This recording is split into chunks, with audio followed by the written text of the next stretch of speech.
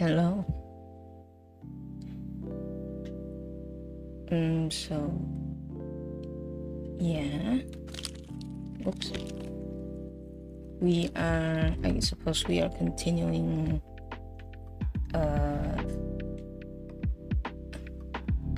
our art com sample again tonight.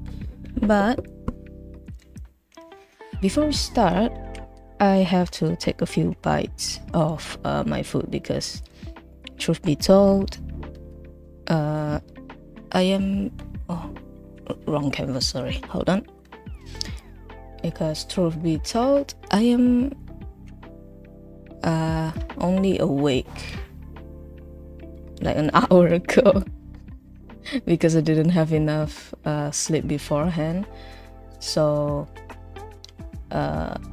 I tried to take a nap, but I then proceeded to had an extra hour of sleep, and then I straight up woke up just an hour before the stream, and now I'm hungry. But yeah, I believe I'm gonna have to either mute my mic or try to I think it's best if I mute my mic, because even if I try to eat a bit far away from the mic, you can probably still hear the chewing sounds. So you're gonna have to deal with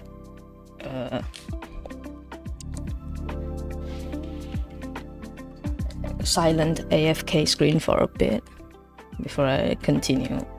Before I actually start drawing, not continue, actually start drawing.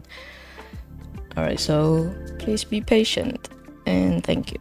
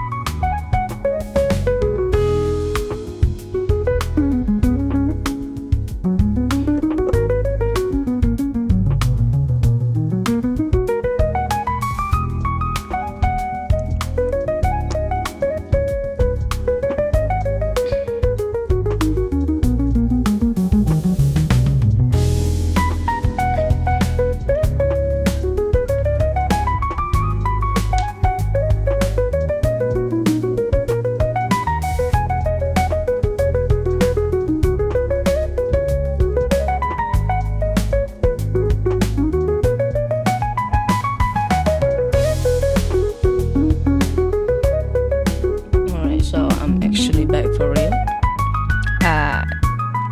It's not like I finished eating, but I got the stream to do, so let's proceed. Right, so for this artwork, I have to say that maybe, just maybe,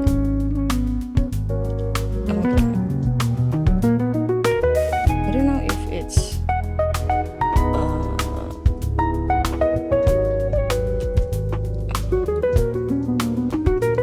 I'm not sure if it's audible in the stream. It shouldn't be, but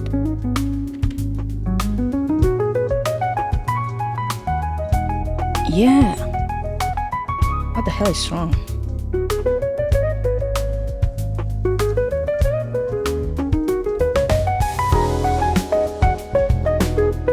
I don't know what's wrong with OBS.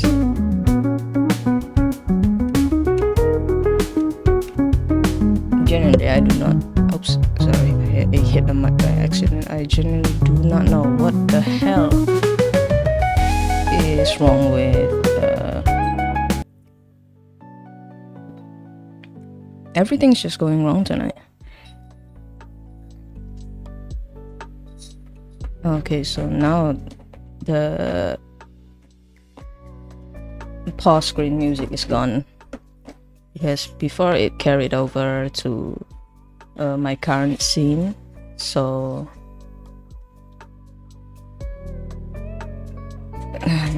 I guess now I can actually draw.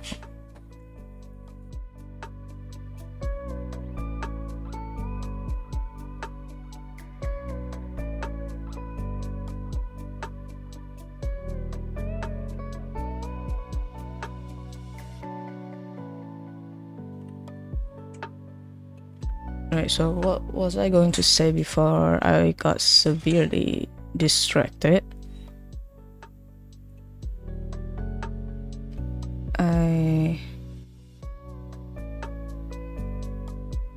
Hold on.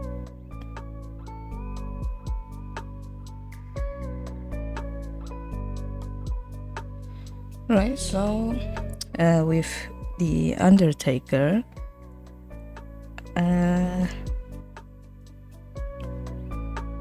this is an artwork that's basically taken straight from one of the manga. One of the Jesus Christ, my brain's not functioning. One of the manga episode. It's not episode, manga chapter, sorry, Jesus Christ. So from one of the chapter where Undertaker reveals what he looks like under those like bangs.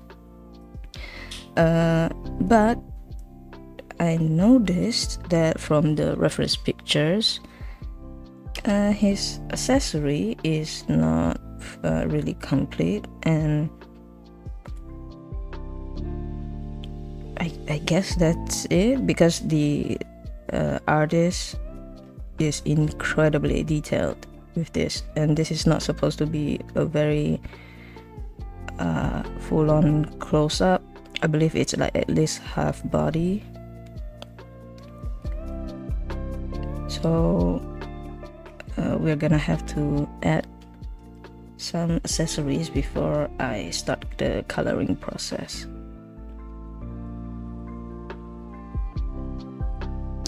I'm just glancing over my other screen, making sure that I don't have AFK screen, AFK icon on again, as I usually do.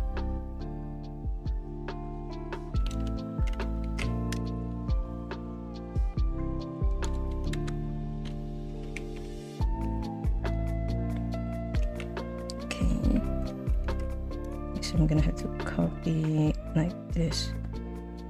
I don't recall if I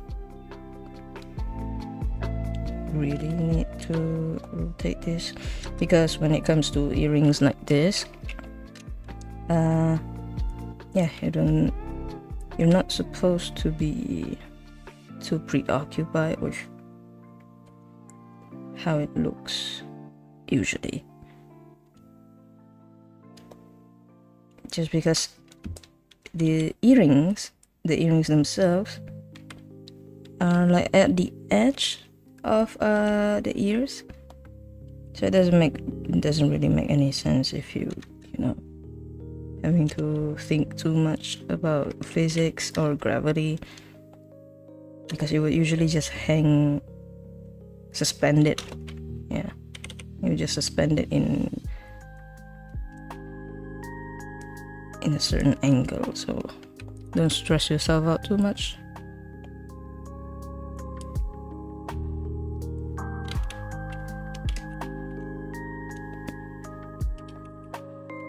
I guess technically I'm talking to myself, but it generally applies to everybody else who wants to make drawings of characters with like a quote-unquote complicated design. The key to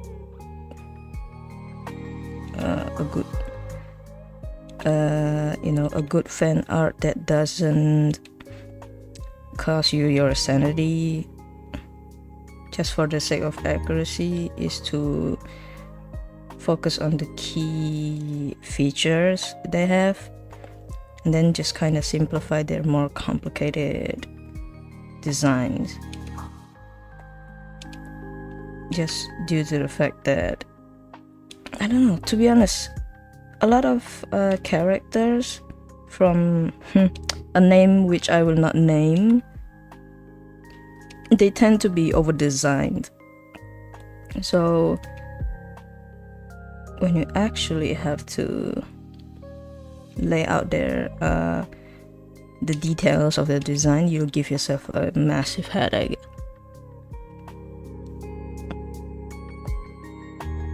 It's not something that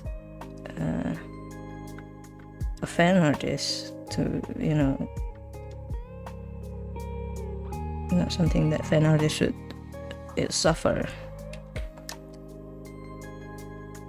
Just absolutely ridiculous. I mean the design, the over designing.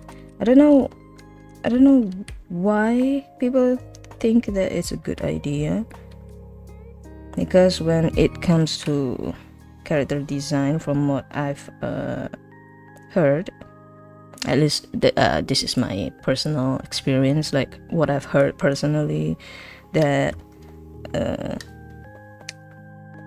some designs are best left as simple as possible, because you're supposed to focus on not just memorability but recognizability from a simple silhouette, that people can recognize what you're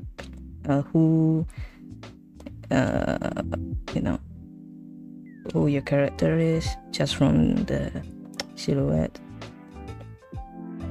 But this game that I mentioned straight up has the tendency of adding unholy amount of like accessories for whatever reason, I do not know. If there's lore attached to it, it's fine. The characters' little quirks, their hobbies, maybe like their favorite item, that one is fine. I wouldn't be upset about that. What I'm upset about is just adding as many accessories as possible because you can. I've actually heard, I don't know, quite the discussion with my friend Forrest about this topic about character design, just from the sheer fact that the game that we both played at some point, I quit The hint is I quit already. But the game that we played together had this tendency of over designing, and I don't know, to me it just felt very crowded. Yeah, the designs of a characters makes it very loud, very messy, and just difficult to define, or takes a while to define. But their personalities are very basic. There's nothing special about them, but their design, how they look physically, just seems like they're the most complicated motherfuckers alive. They're the most complex, filled with nuance. But then you hear them talk and you read the dialogues, and it's just two-dimensional. The character models are 3D, but the personalities are cardboard cutouts. And I believe what my personal gripe, I guess, or peeve, to be honest, let's just say this, it's pet peeves. So my pet peeve when it comes to character designs is the overemphasis on memorability.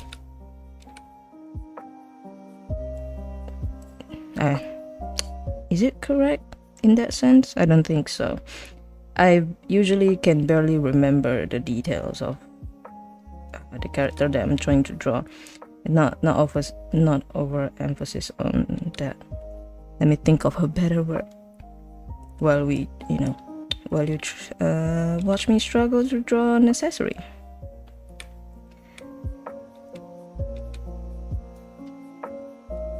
I don't know. Okay, so I don't know what other terms to use other than like overemphasis on the quirkiness, the uniqueness.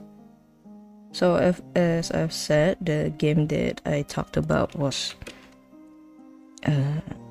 guilty of designing characters to be too loud, too much add-ons on the characters, and I guess the correct word would be quirkiness. Overemphasizing the idea of asymmetry equals good character design as well, because it feels too much. If you only do it once or twice, maybe in some of the details of the hair, maybe the clothes, you know, if the character is someone who wears socks or thigh highs and the like, you can make them, you know, one is higher, one is lower. That one may be generic, but again, if you don't overdo it, I personally would not have any problem with it.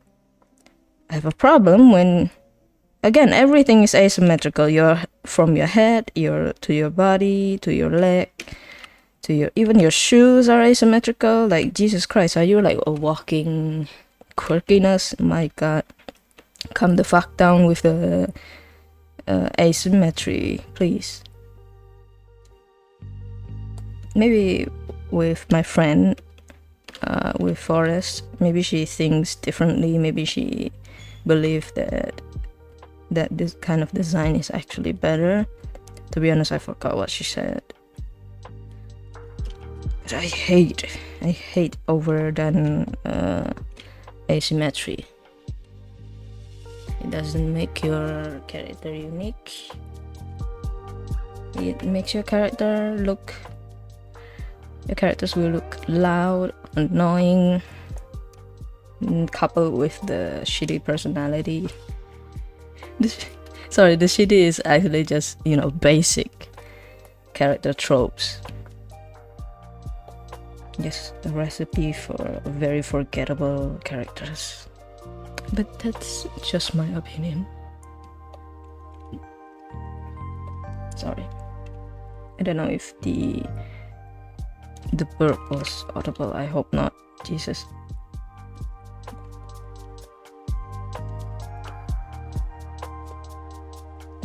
I believe this is correct, but if I am still off, I can just, you know, do direct paint over, or I can just redraw it without giving myself too much of a headache.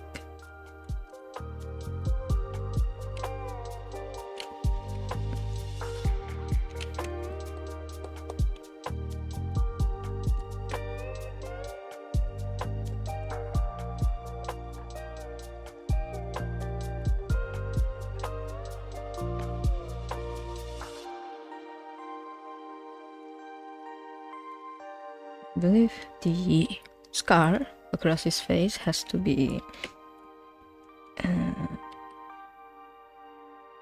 colors only, like I shouldn't be following the outlines too closely. That's number one. And then what I meant by colors only is that same method, I would paint over the sketch with a more slightly different shapes and, you know, variations across the face, because it would be very weird to follow it exactly the same. Okay, so I'm still fucking up, even though stud earrings are supposed to be easy. But then again, to be fair, I also rarely draw earrings on a character. I try to add it to my OC, but a lot of the clothing and accessory are pretty basic, because I want to get used to drawing his face first before trying to actually concern myself with his like appearances, his clothings and whatnot.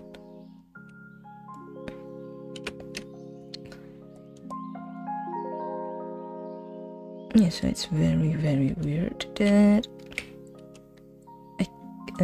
either I can't get the shape to be consistent, or it's too consistent. Yeah, the sizes here are pretty similar, but then this one, the lower one, is slightly bigger, I guess. I suppose I can thank my younger self for actually drawing like specifics,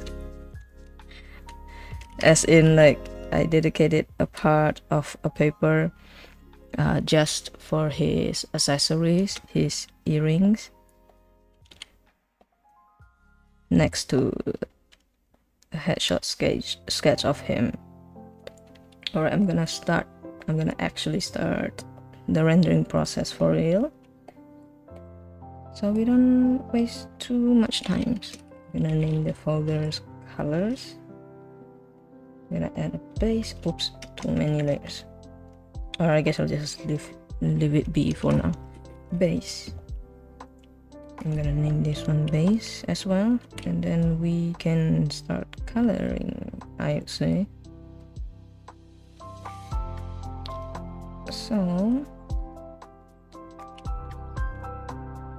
I need to look over to my other, hold on, be patient with me.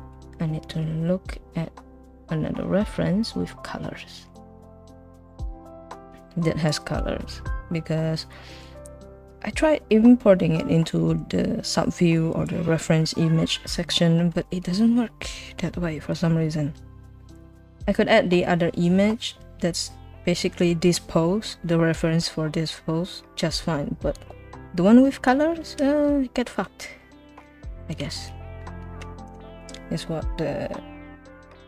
Clip Studio Paint said to me. So I guess we just have to manually guess. We can't really color pick. I mean, I can, but I don't want to waste, more time. I haven't wasted extra 15 minutes fumbling around. So I guess my initial title for the stream was actually a lot more correct. That we're just stumbling and fumbling. At least I'm good at predicting like the realistic part of my life is that it's filled with stumbling and fumbling.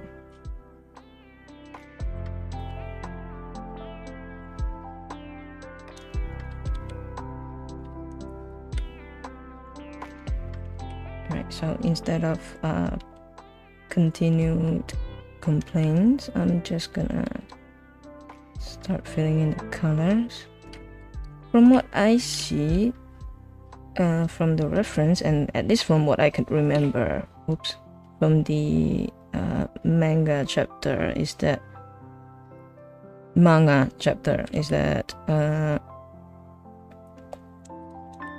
they were fighting. By they I mean Undertaker and CL or Sebastian or both.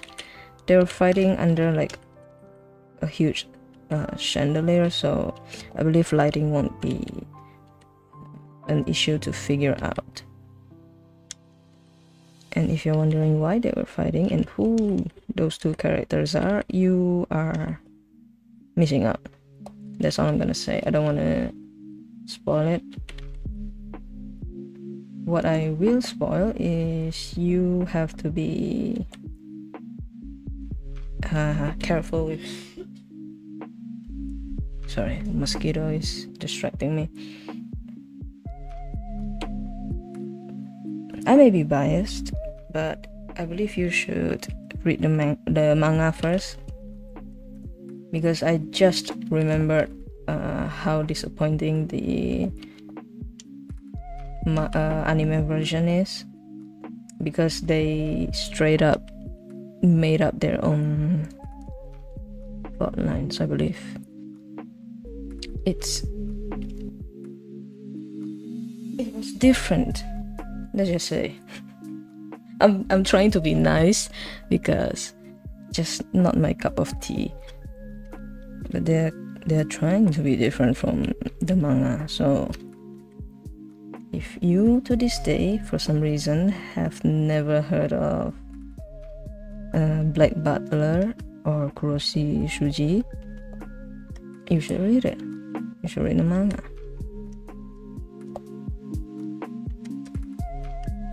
I do have to say there are some quite obvious horror themes to it, horrific imagery, because it's supposed to be because it's set in England, so that by default is terrifying. I'm sorry. It's set in like 18th century England, and there are a lot of deaths, violence. Maybe, I don't think there are ghosts, but I could not remember. Yeah, but the theme is not just actions, not just thirst trap. I mean, the artist for this manga is really, really good. But no, I don't think it's just not family friendly. Not exactly.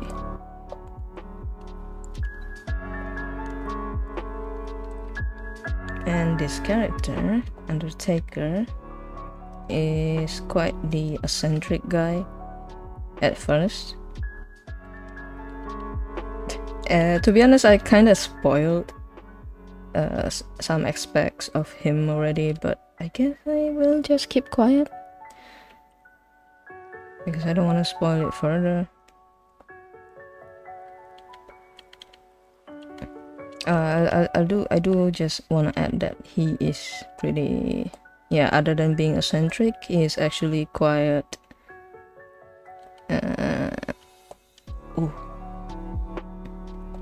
quite mysterious with his background. Like last time I read the manga, which is years ago,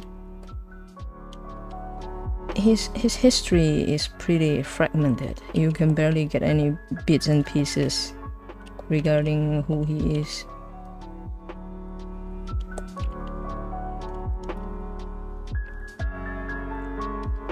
Which I guess makes sense.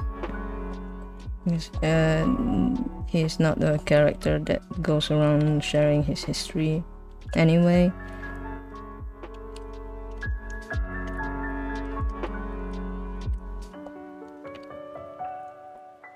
Let's just say more of his past and his attitude towards life and death is revealed during this exact chapter or volume. I believe the volume is dedicated to him, both him and another character. Then I can't say that she's the main character, maybe supporting. Let's just say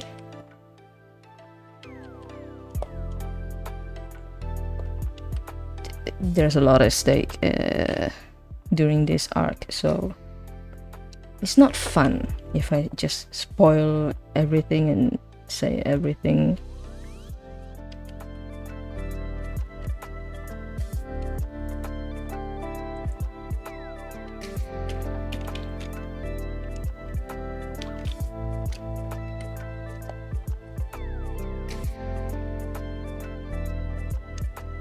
I guess I would say one thing about this character that's unrelated to the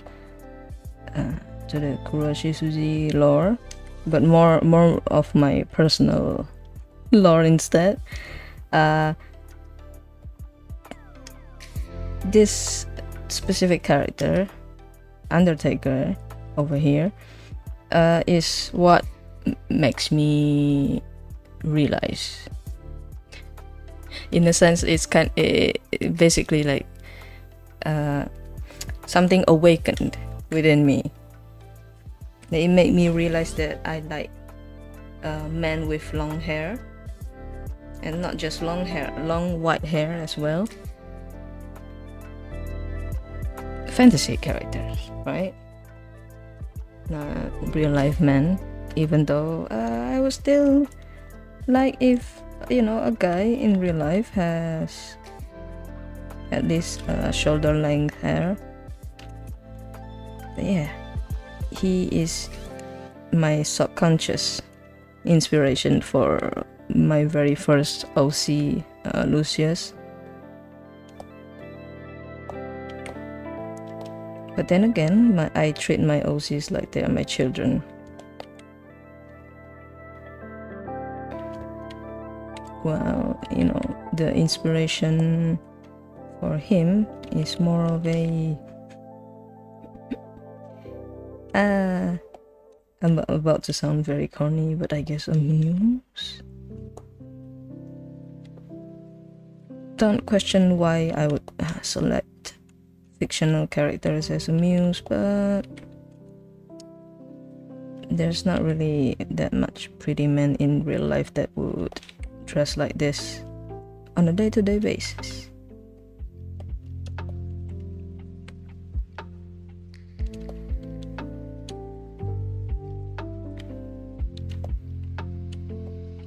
So I have to lower the opacity.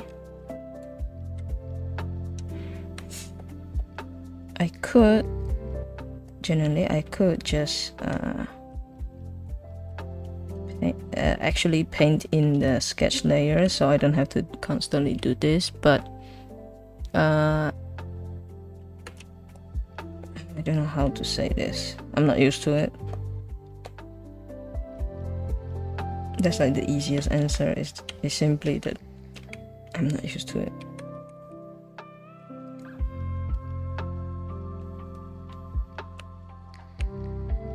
Because I don't know.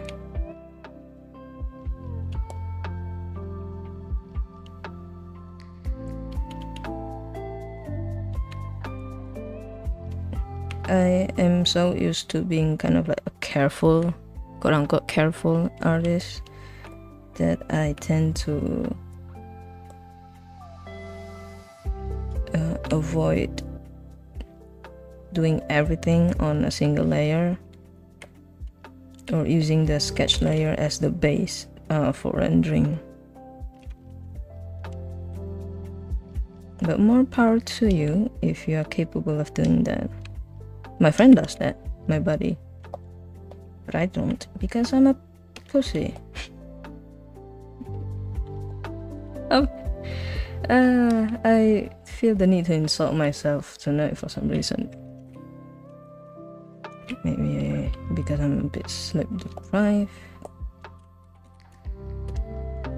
But I think I'm just insulting myself whenever I can anyway, so let's move on to the eyes. I believe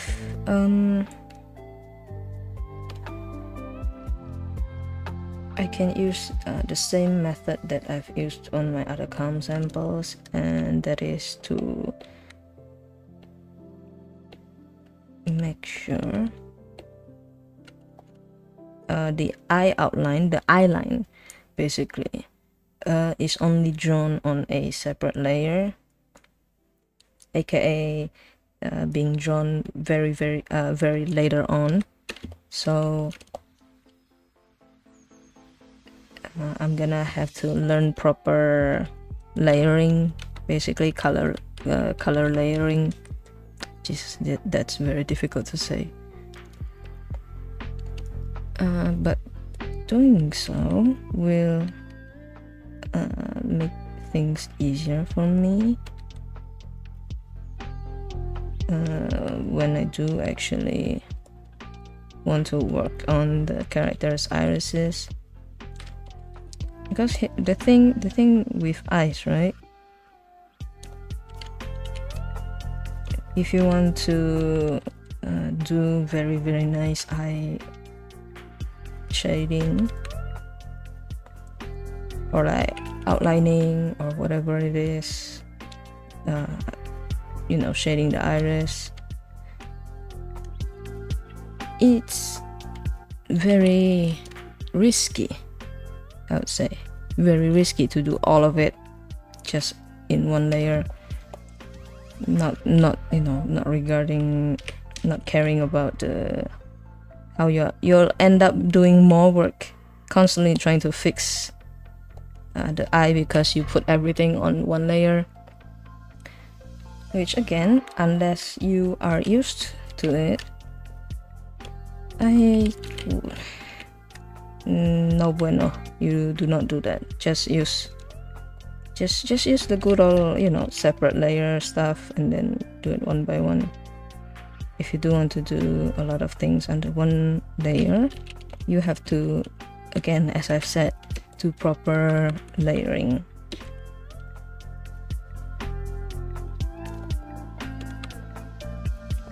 I'm so used to using like tactics that just give myself like twice the work. I have to properly and slowly unlearn that.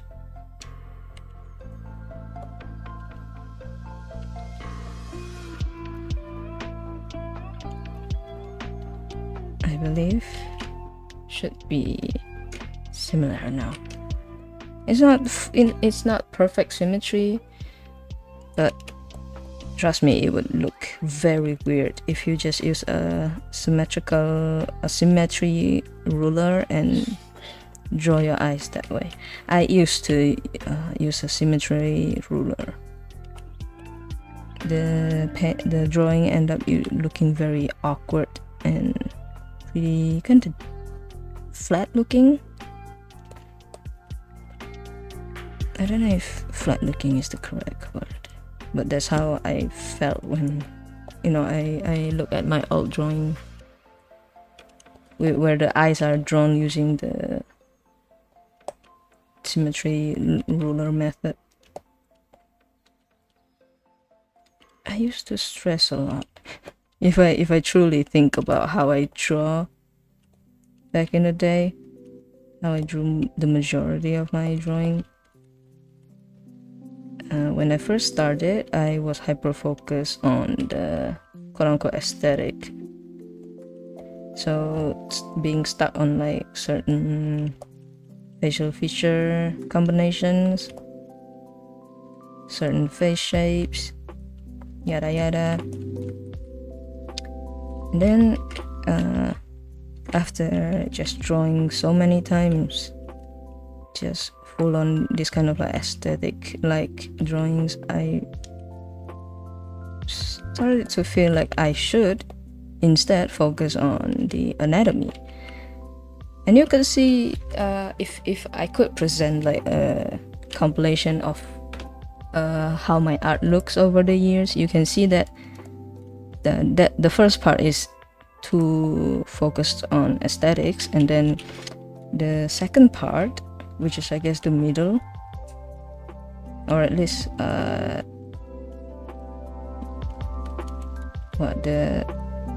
don't know what it's called. Usually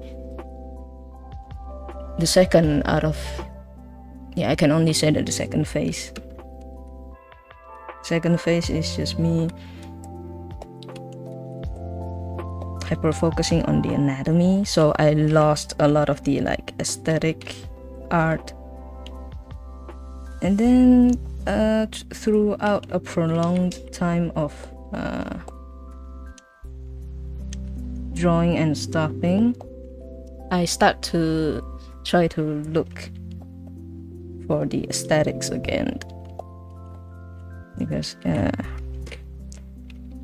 while I was learning the anatomy, I was very stiff with the style, and the character ended up looking, a lot of them looked odd, let's just say. I was so hyper focused with like realistic anatomy that anime character like this, like the Undertaker, or even like in video games like Iona, the previous one that I drew, they all end up looking very awkward. Like they don't look even slightly believable.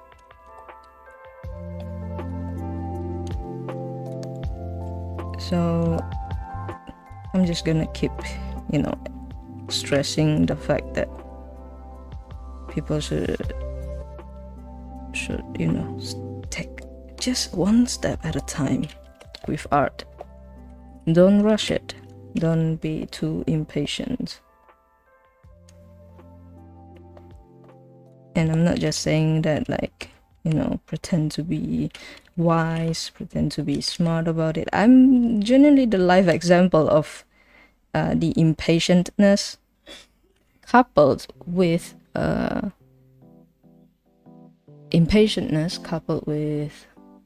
what's the other word? Cowardice. Like I'm impatient, but I'm also scared to experiment. So my drawing, a lot of my art just looked, fucked. Yeah, don't be afraid to experiment. But also, don't be too hard on yourself if you don't think you have made significant progress.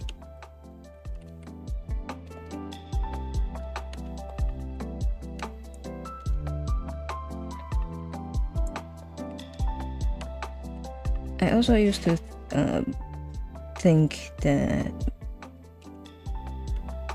the putting something down if you're not doing well, like you're unable to draw something, like I've heard people are like, just walk away. Like if you can't draw this for the longest time, just stop, walk away, do something else. you know, like cool down for a second, and then you'll come back and you will be able to not only, you know, suddenly be able to draw, you will also actually nail it. I used to not believe in that kind of shit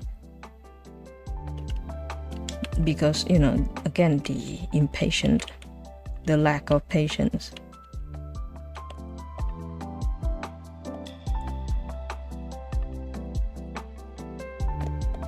But it genuinely did help a lot.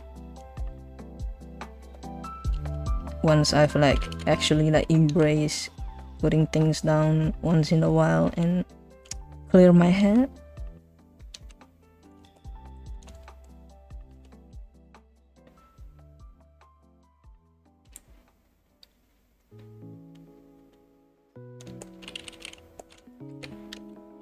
So if you cannot, you know, ace or nail something, you should just, you know, relax, take a deep breath, put it down and go do something else before you come back for another try.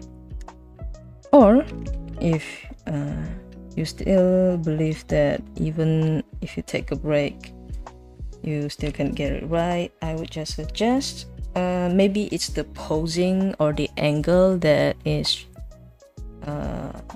hindering your progress. Wait, hold on, I'm gonna try to hit a mosquito that's been biting me for a while. Hold on, I'm gonna mute my mic.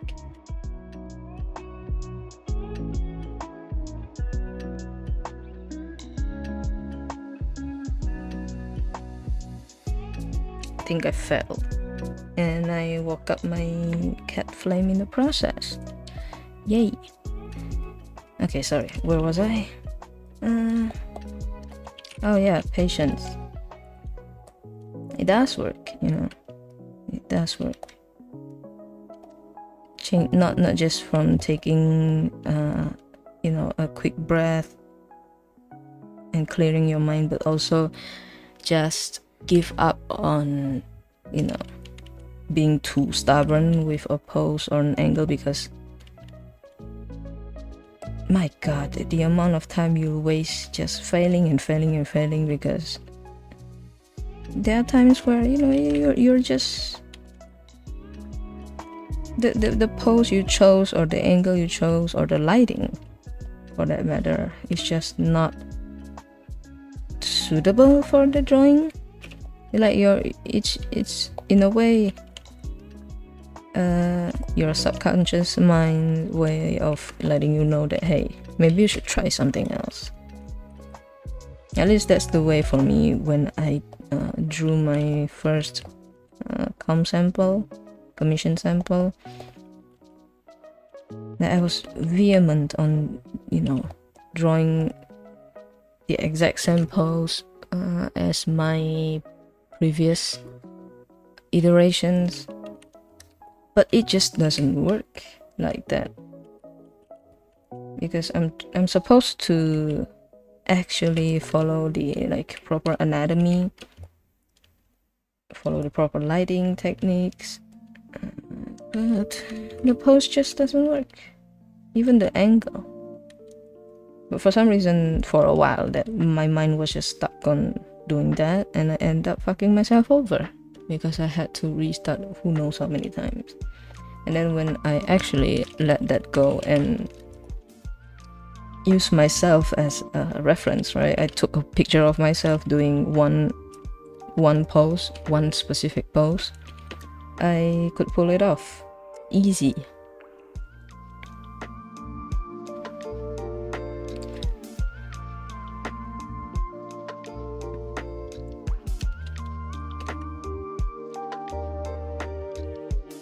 Because to be fair, like, the previous one also didn't really have a reference image that I was, you know, referencing. There was nothing to that I drew it out of. It's just with the power of my mind, and evidently my mind is not, you know, capable enough sometimes. Like we still end up having to use like a reference. Not saying that you will never be able to use your own mind and imagination, but yeah, again, if you end up finding yourself restarting the same artwork over and over again, it's time to find a legitimate reference.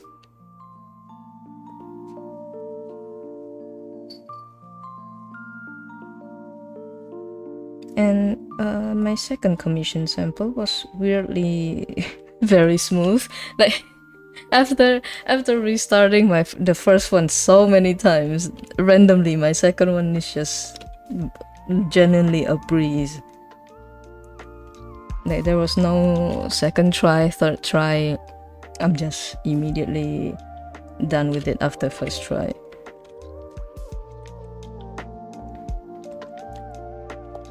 But I guess that's what supposed to be like. That's what simple portrait's supposed to be. You're not supposed to stress yourself.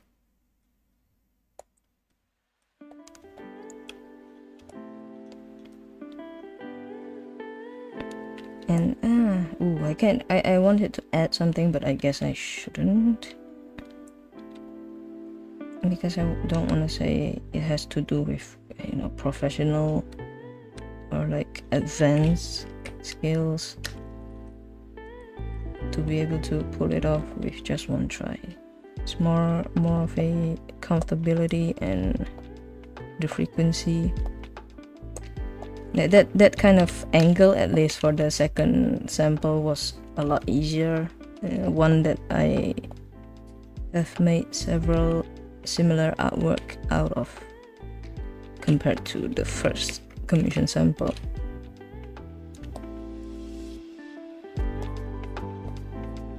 And then with this one,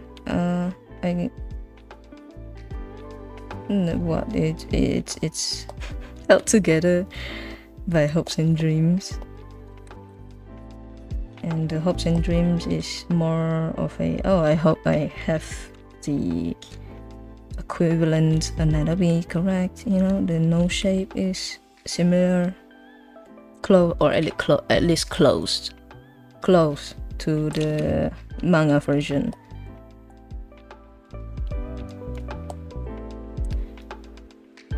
Does he have any eyebrows at all? I don't think so. I'm gonna move on to the hair now.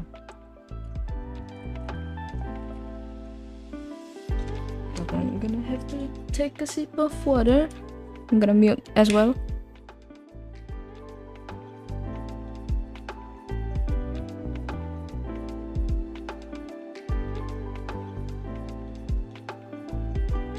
Right. It's quite weird that just not too long ago I couldn't really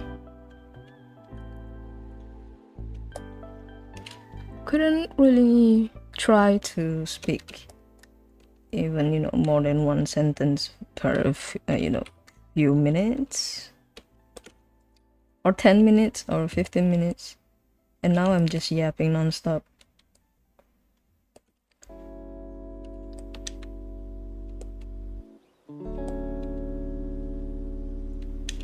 I guess because I can justify it by my train of thoughts being relevant to the subject I'm drawing. That's why I can yap a lot.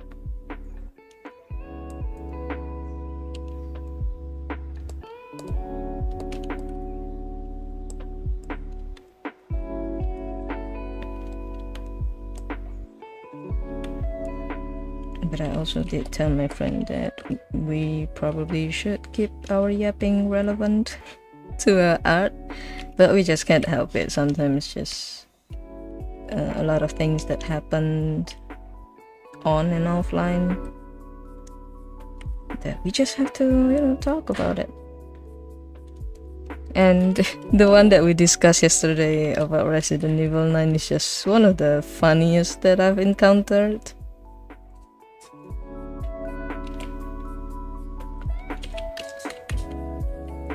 I can't say that I was being unfair to said YouTuber or streamer for, you know, dying as a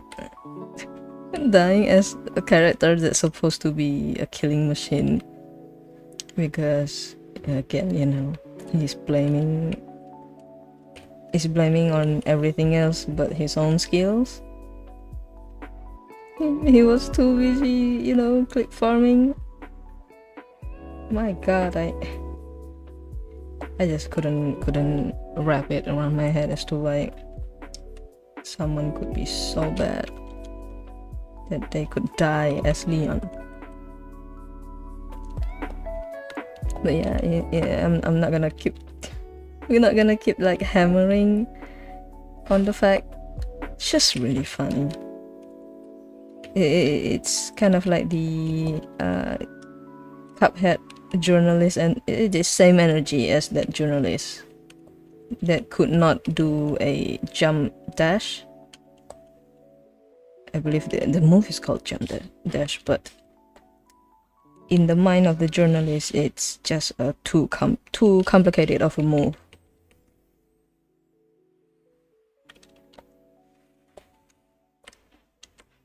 Yeah, so my point was, you know, other than shitting on someone else, is that, pardon my yapping, especially if it's off topic or unrelated to art.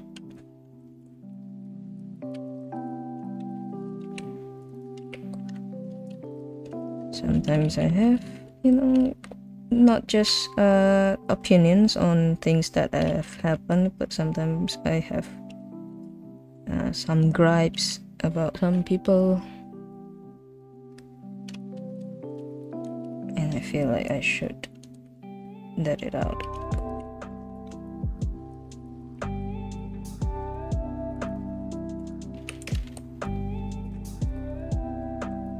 So that's how it's looking so far. I'm gonna have to do... oh, sorry, I thought that I could do the hair, but I'm still distracted by the face. Now I'm actually gonna do the hair. I'm gonna take a look at the references for a bit. I believe the colors are gray with a blue hue, blue tint. So that's how I'm gonna color it.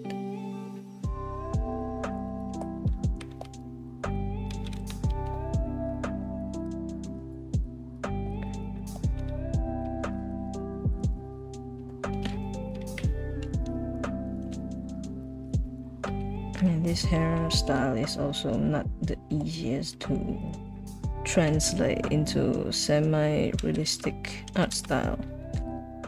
Semi-realistic.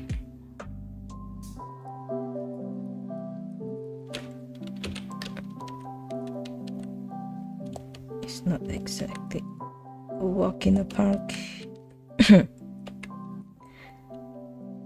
Plus, I'm too lazy to do a one-to-one copy anyway,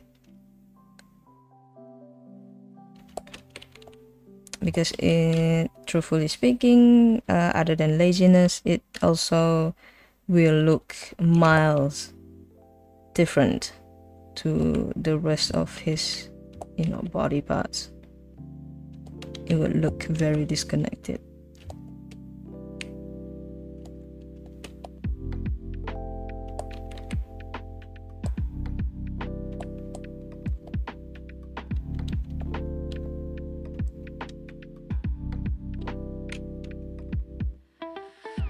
I'm just gonna go through like general shapes of his hair.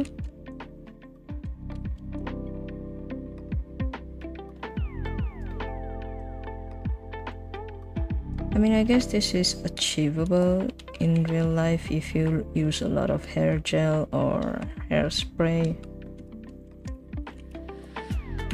But from what I see from cosplayers, there would be a few bottles of body sprays gone just to style the bangs usually.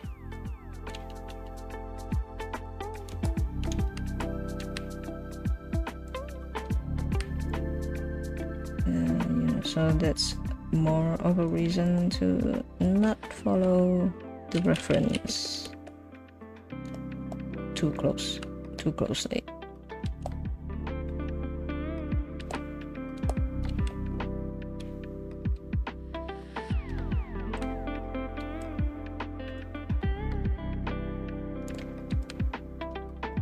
I guess I do have to say there's like a main gripe that I have with speaking live like this is that the fact that I have to constantly catch myself using the wrong word or wrong term in general, and I have to keep repeating certain phrases. It does feel annoying, but what's more annoying is not saying it right the first try in the first place. So constantly having to correct myself after saying the words is quite annoying as well. So I guess I have to, do 2 types of training at once. One is my art skills, the other is my speaking skills.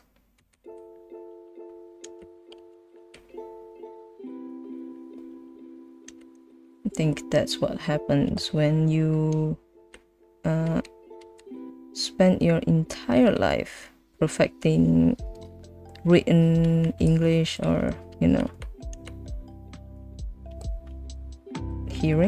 listening, but you cannot for the life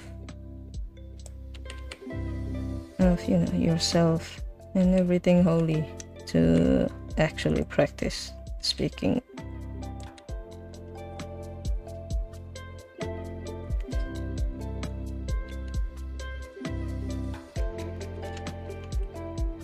Also, because everybody around you doesn't take speaking English seriously, now I remember that there were a lot of times where the teachers, right, the English teachers of the from different schools that I went to, all of them at some point tried to get us to speak English for the entire class, and everyone was just very reluctant, let's just say. They can't even speak of complete sentence in English before reverting back to Indonesian, and then get annoyed at the teacher for doing that. So naturally, I also ended up not being able to take it seriously because of the attitude that these people have.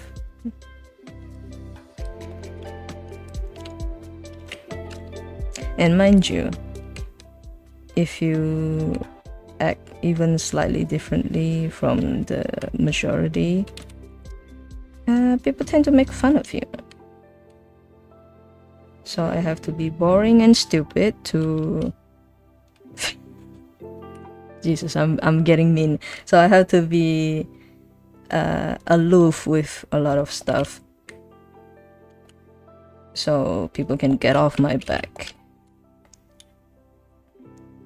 But I did have a better attempt at speaking during high school, just because there was another person that takes English a lot more seriously compared to a lot of people that I've known throughout my life. Even worse are the Google Translate enthusiasts, let's just say. I think mine is still relatively proper.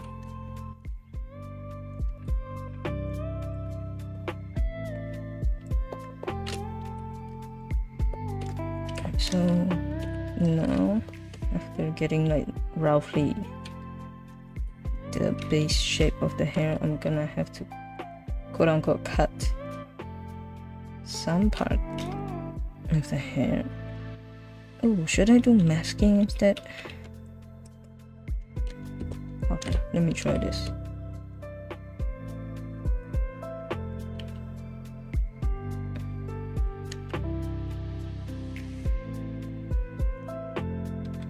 I think yeah, your best bet when drawing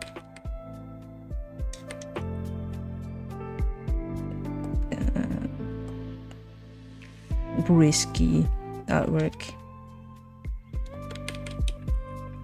is just to have not only several layers to separate some of the supposedly layered colors, but also in case you need adjustment,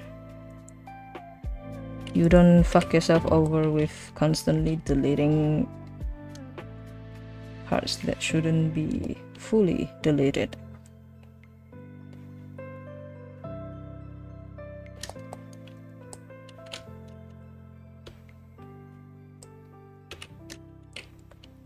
Oops. Oh yeah, and I also forgot that there's a game that is coming to Play Store soon. And by forgot, I mean I specifically forgot to tell my friend to pre-register. Maybe I should do it later, if I remember. For some reason, I'm afraid that as soon as I hit off, you know, end stream, I'm gonna immediately forget it again. But we will see. For now, I have to focus on this first. Oh, the ears are too large. See, this is why it doesn't hurt to use masking layer instead of actually deleting your layer unprotected. This is this is protected deletion, aka masking, but it's not funny. Just saying that it's masking is not funny. We gotta be cornier tonight.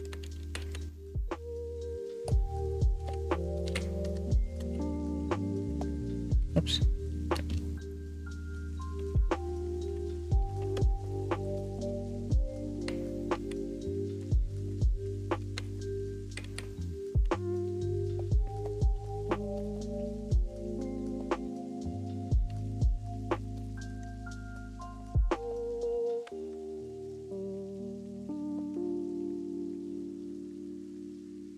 Let me take a look at the reference again.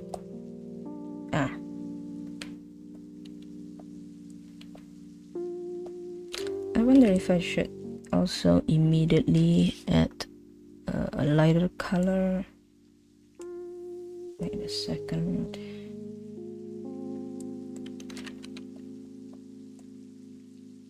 Hopefully the bluish hue is not overdone or oversaturated, because you know, his hair is still grayish white, it just has a blue tint on it.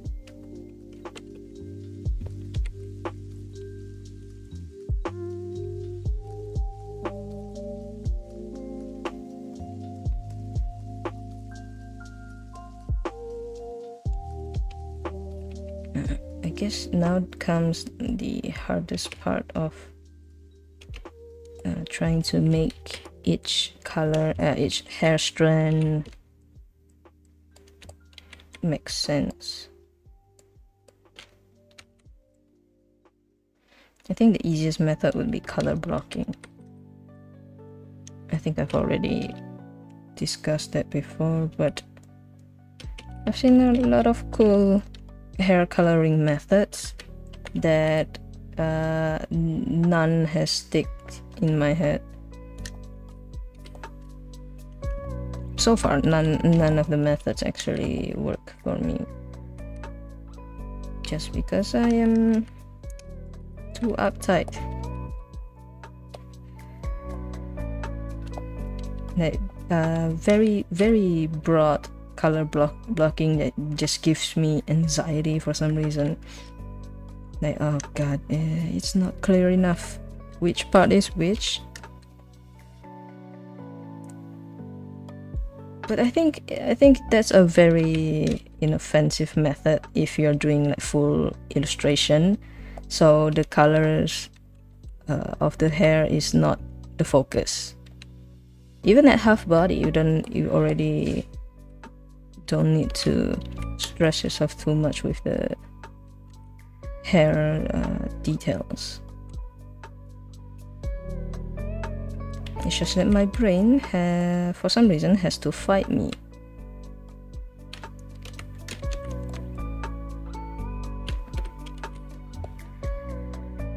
Maybe I should try it someday. Do an experiment on Krita. Otherwise I'm gonna end up again over relying on Clip Studio Paint.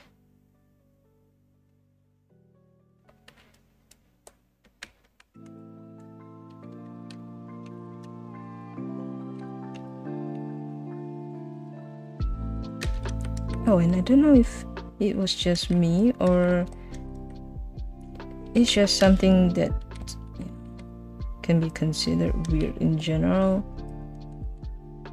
The other day, like maybe 2 weeks ago, at least 2 weeks ago, there was a post from the official Clip Studio account, right? And it was one of those like posts where they claim that, oh, this is the only post you need for brushes, for custom brushes, and you just need to comment this, and then you'll be sent a link. And then I tried checking the comments, right, for the post, and the engagement for that post stopped like 2 days before I get to encounter the post. So like there's no one else interacted with this post. Like, did they even get to see the post? And just driven by curiosity, like I was wondering, like, oh, is this like just algorithm problem or what? I tried commenting, right, just following the post's instructions, and surprise, no response. And if you're wondering what I'm getting at with this, it's just I'm just very confused.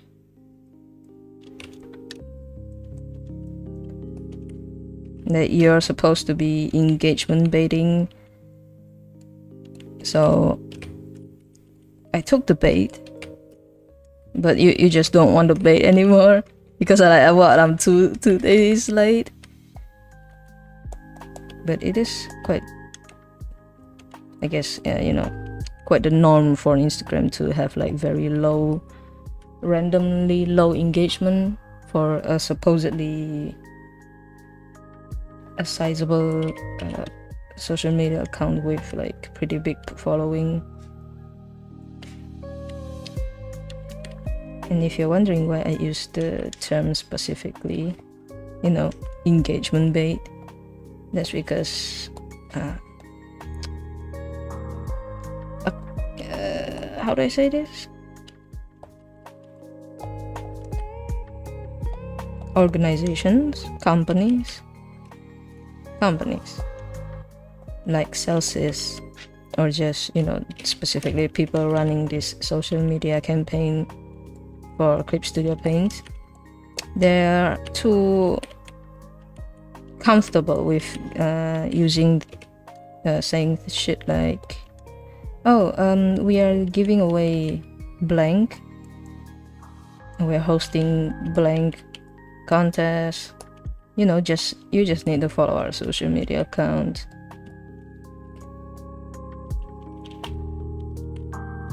But who knows how the winners are actually picked.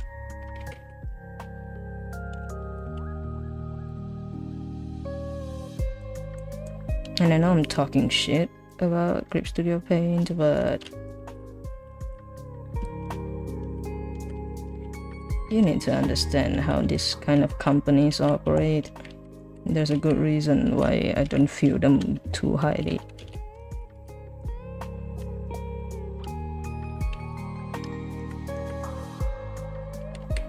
So I guess that's one way to never be able to get sponsored or featured by them. Plus, I think I'm fine anyway because I don't have a huge following. I'm just a small unknown artist.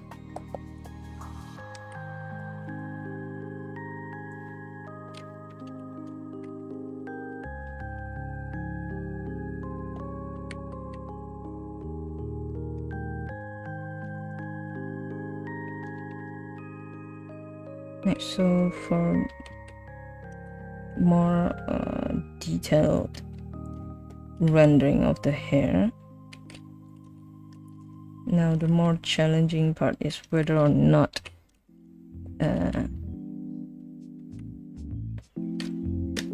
I should modify some parts of the hair further to make it make more sense, or should I leave it be and still try to follow the reference as much as possible.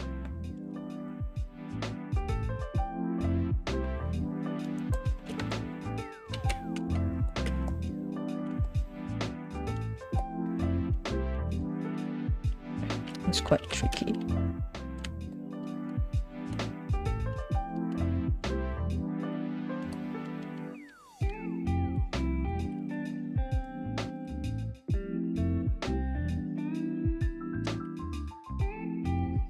Oh yeah, so just so people don't think that I'm shitting on Clip Studio for no reason, it's not just Clip Studio.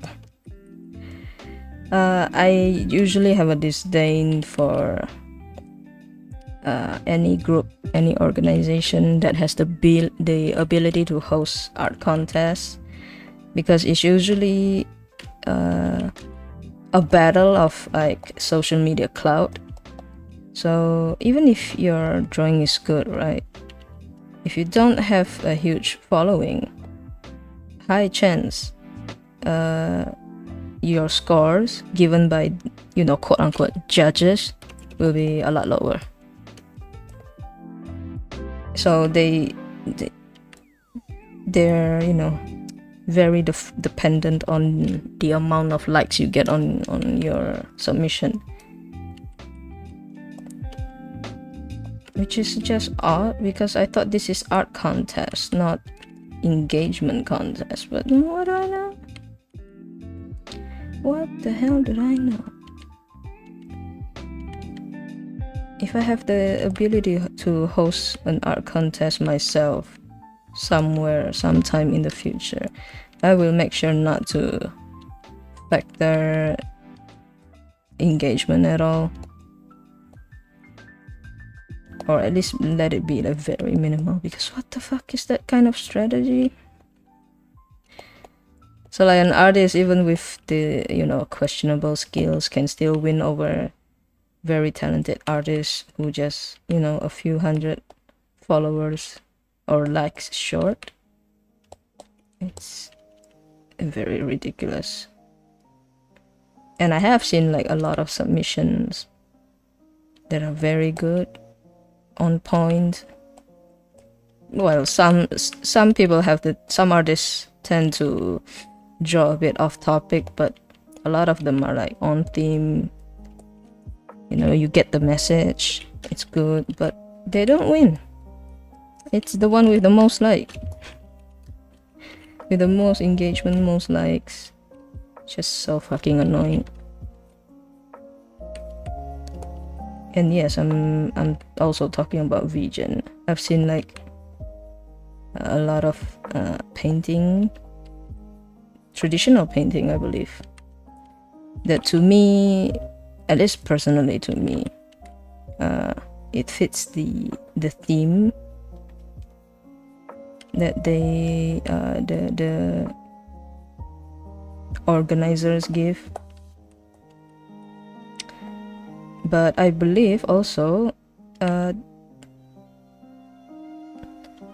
they weren't using any like stylized art style, so it is straight on just a realistic painting of like a girl, I believe. I believe if I believe my own memories. Maybe a lot of drawings that I saw were realistic or semi-realistic, that's similar to mine, that barely gets any honorable mention. They 100% didn't win, even though I thought that in their drawings are really good. It fits the theme, but no, they didn't even get like the top however many percent. Yeah, all the ones that won are just this same generic anime style with the same generic poses on Fusion, which is, I guess that makes sense because they're supposed to be for artists with, you know, that one specific art style. But my god, unfortunately a lot of them did not win.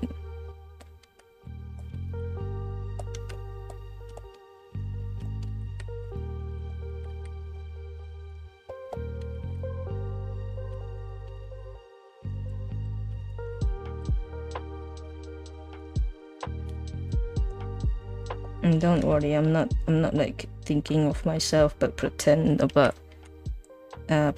it's someone else, because I am fully aware that I would not win. Just from the sheer fact that my art style does not fit what they want. So that's a given. And seeing from how Clip Studio handle their contest, I fully expected not to win. Okay, sorry. Time for my sip of water again.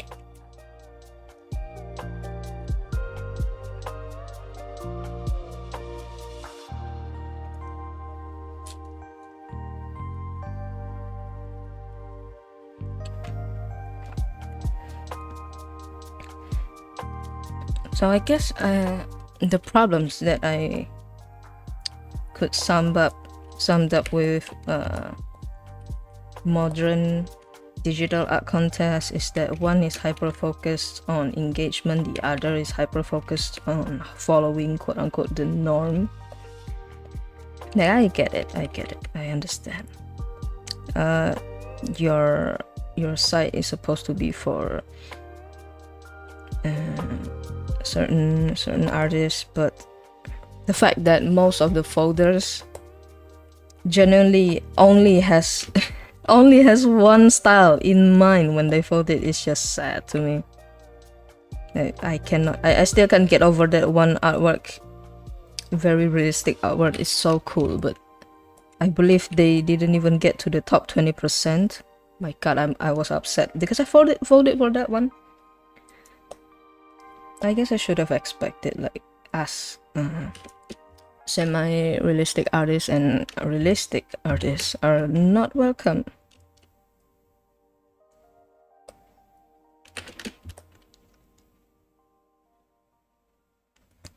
But yeah, rant about this kind of contest is over. I'm gonna go back to my drawing now. So again, manually try to make the ears look symmetrical. It's not gonna be fully symmetrical, but I tried. Keyword tried. Maybe not my best try, but you know, it's an attempt.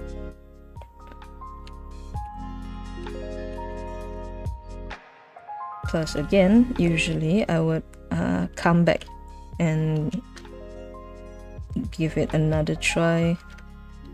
So circle back basically, because trying to hyper focus on a singular part will make it difficult to harmonize, I guess, to harmonize the rendering.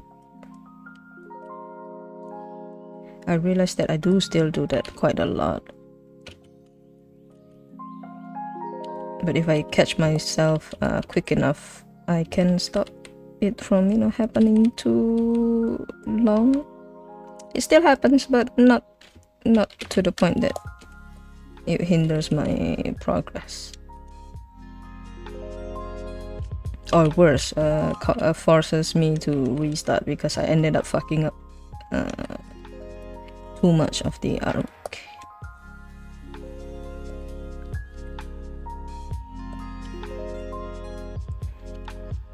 I think now I need to draw the arm, so I'm gonna hide the colors and do a layer for the arm. Right, so my problem now with this part of the drawing is the anatomy is quite difficult for me to follow. And if, like, I'll give an example for just with this arm. So following the reference, there's supposed to be kind of like a curve from the shape of the hand. Oh, sorry, I need to up the opacity, the overall opacity, but lower this one's opacity. So again, back to our topic, there's like a curve following the shape of the hand here, right? But then there's also this like dent in the arm's shape, which is a bit unnatural for me. That I get the arm is the hand is supposed to be very long, like the fingers, the hand, the lower arm, but it's just this specific dent that doesn't make sense to me. I'm having a hard time justifying that. I have to imagine how the hand actually curves. It also doesn't help that the sleeves are exactly between, you know, the hand and the arm. It's not even right on the wrist. The inner shirt here is slightly above, and then the coat's sleeves is the one that's on the sleeves. And then there's also the way the fingers are placed between the hairs, like, which again, I'm not original art because the artist is incredibly talented and the anatomy is incredible. It's just that maybe because it was from farther away from, they were drawing on a smaller canvas, so they could not exactly nail it 100%.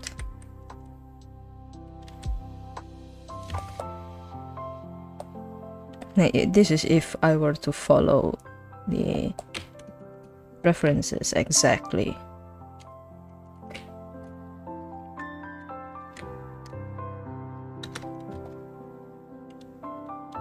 But it still doesn't look like it's curving the right way. That it's still a bit more raised here at the wrist here. So yeah, this is gonna be my struggle for the rest of my stream.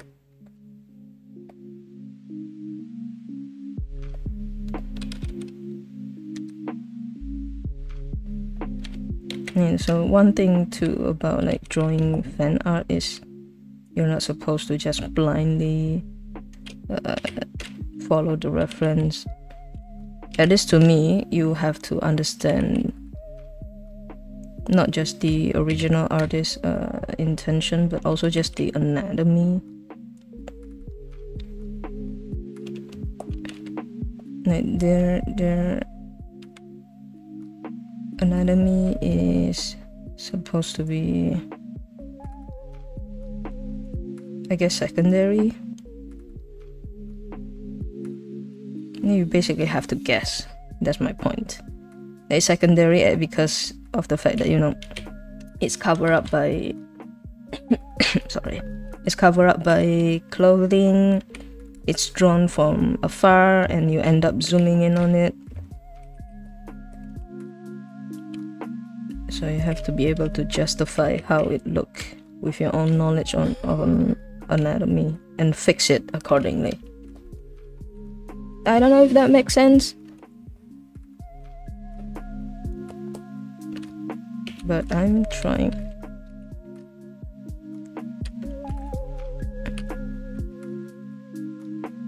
I'm trying to find a way to explain it so it's easier to understand. Because whenever I analyze something, even if I do understand it, if I try to explain it, it would, you know, kind of get lost in not just translation, but I just couldn't find the right way to explain it. Yeah, also I shouldn't be too hyper focused on this. I just need to make sure that the edge of the hand here makes sense. And now I believe the fingers are a bit too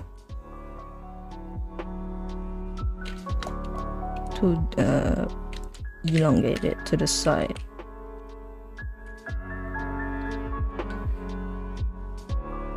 I hope that it doesn't look too disconnected from the body.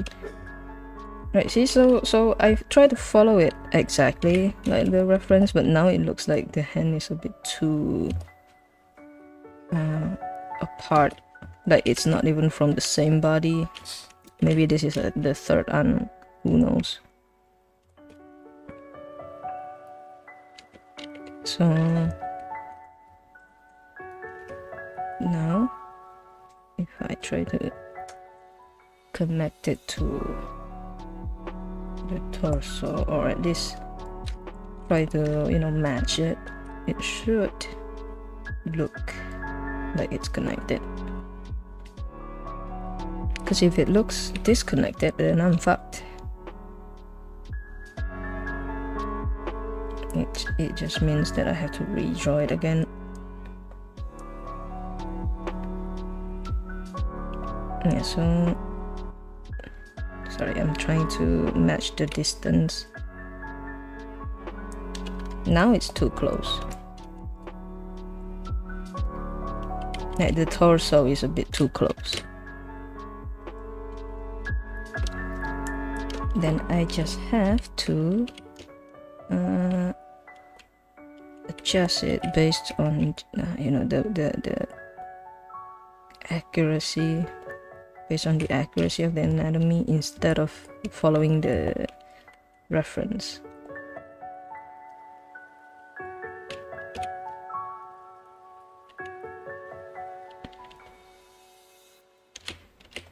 I do feel quite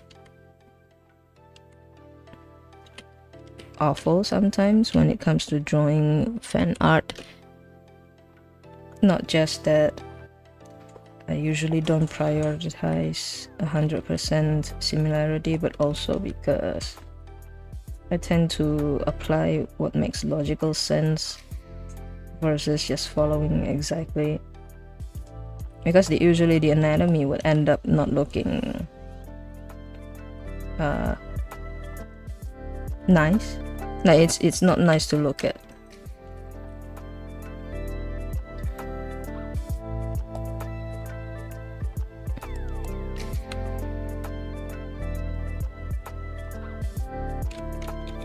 Now I have to figure out if...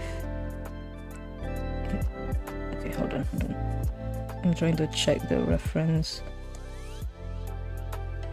Because it's blocked by the hair, now I have to make a bit of a guess. I have to guess a little about the way the coat around his shoulder rests.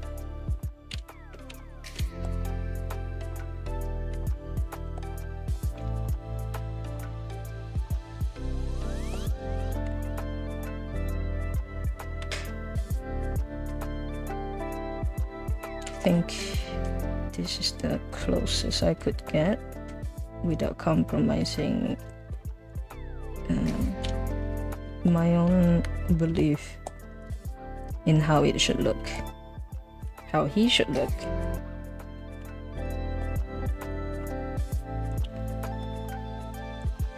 Because realistically, if you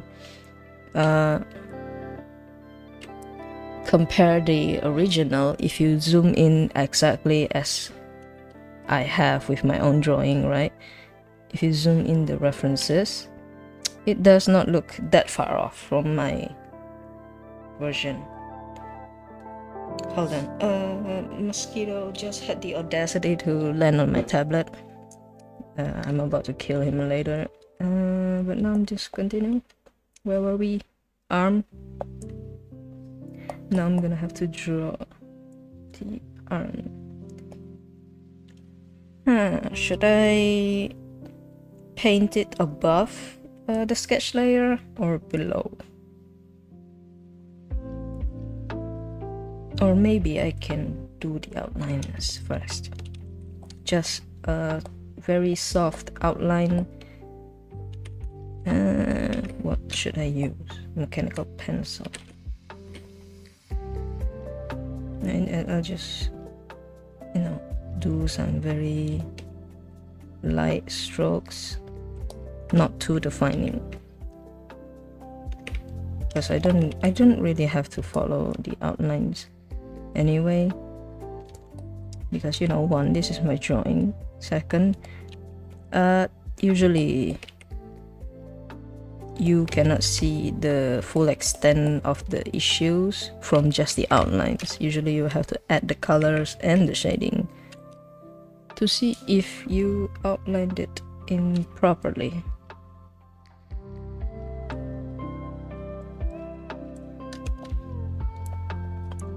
And more strokes here.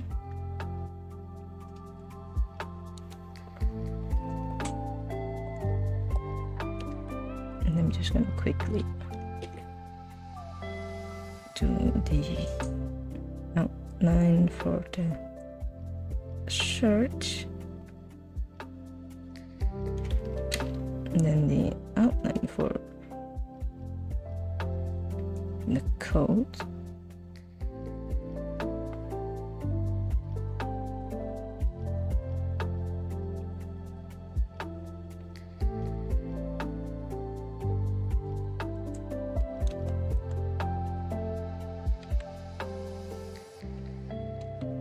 So just give me a second to quickly do the outline and just do the rest of the outline. And then I can start the rendering process as well.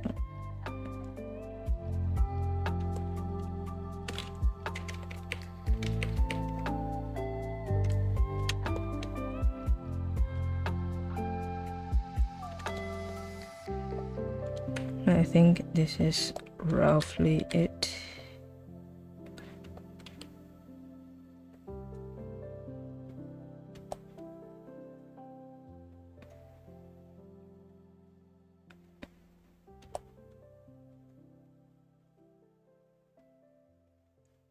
Oh, and the buttons. I wonder if it's okay if I just copy and paste.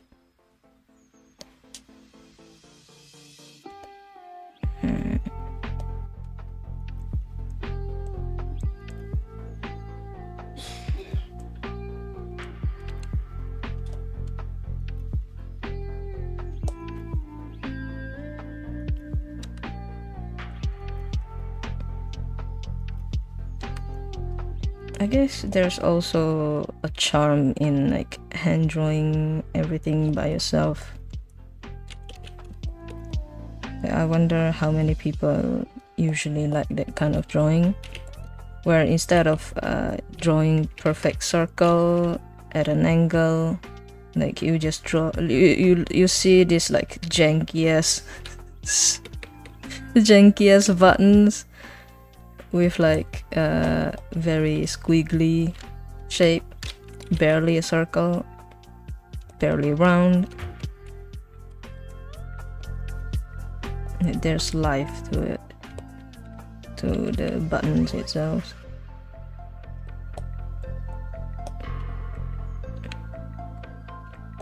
I'm gonna refer to the buttons as one, and no one can stop me.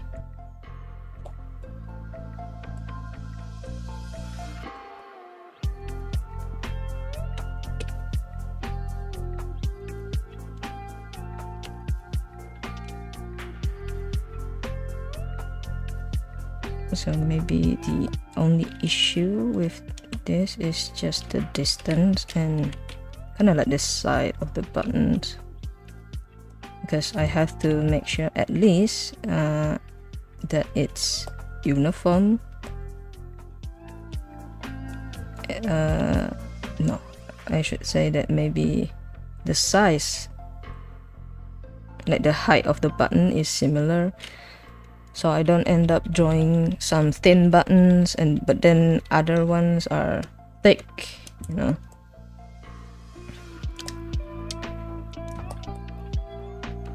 Quite the challenge here.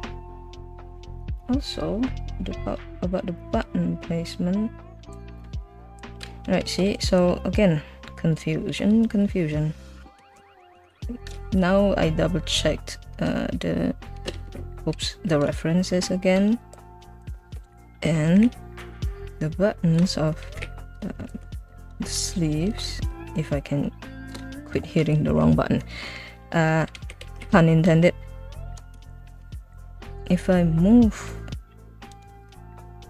it here and then make sure I have the right angle. So if I move it here now, I have to make sure also that it is falling more to the middle of the arm. But I don't know, it's just impossible for my version to be down exactly on the middle. Hold on, the mosquito is back and it has twice the audacity now, because it's been biting me a few times in a row just in the last few minutes. So hold on, I'm gonna catch this little fucker first.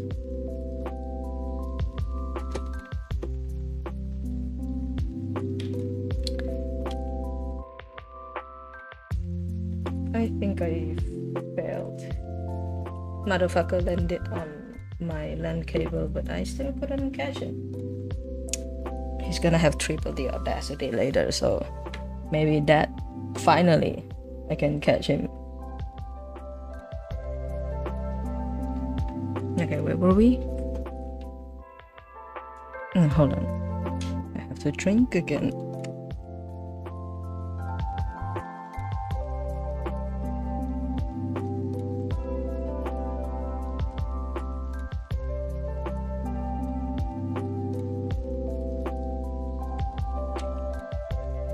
Right, I'm back. So, back to rendering the arm. I guess I have to again make do with how the buttons are placed, because I already commit to not following the reference fully. Then I have to turn on the color layer. I think I should be fine. I think by fine I mean I think I'll be able to make the arm not look out of place compared to his head and his hair.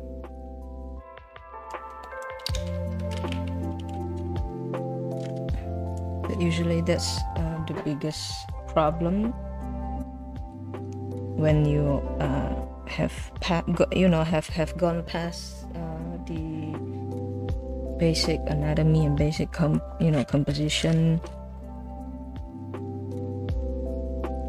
The next problem is usually how you can get a bunch of these like body parts, like your arms, your legs, to interact with each other and how they rest on each other, aka the contact point. That's usually a lot difficult to implement, let's just say. Difficult to get it correct.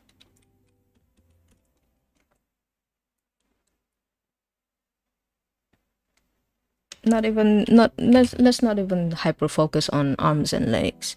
Even with just hair, I've said it in my last stream of Iona, I have a very bad habit of using either a color that's too dark, not just too dark, but also making it too white, so it looks like the bangs are actually floating slightly above the skin, the face. It just looks unnatural. So learning contact point is also very crucial. It's not just getting everything that I've said so far correct. The anatomy, what colors, proportion, whatsoever. Now it's also the contact point that you have to also pay attention to.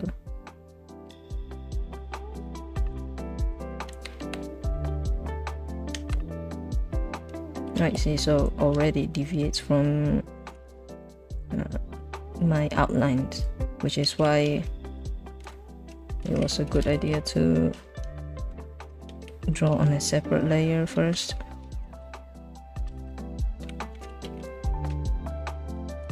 I think that I should be able to do this like direct all on one layer sort of deal, but for now, nah, not skilled enough for that.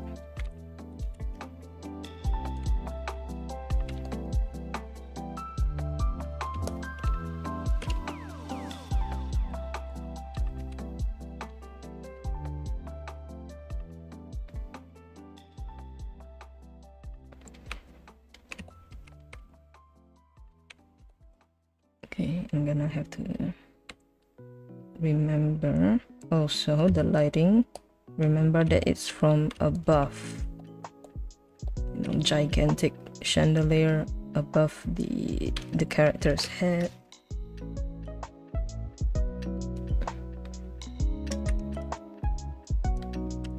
So there should be like very, very soft, reflected lighting sort of thing. So there shouldn't be too dark of a shade for the shadows. Maybe the ones that are close to being almost, at least not fully covered. I wanted to say almost fully covered, but maybe ones that are closer to another body part that are under the immediate lighting, the direct lighting, that one can be a lot darker.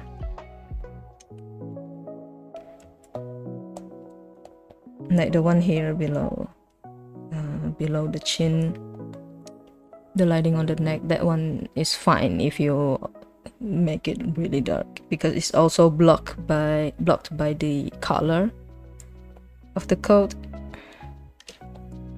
and the shirt. but it would not make sense to make like quote-unquote open areas like the side of the hand here to be really dark. It does not make sense due to the reflected light. At least that's my understanding.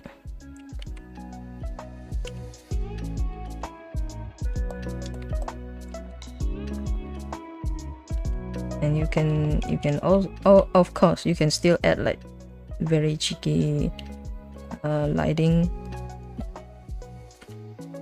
very cheeky layer of shadow is more accurate. I think at the end of the day, it's still based on how you want your art to actually look. Like, I can't act like I know everything, you know, because I don't.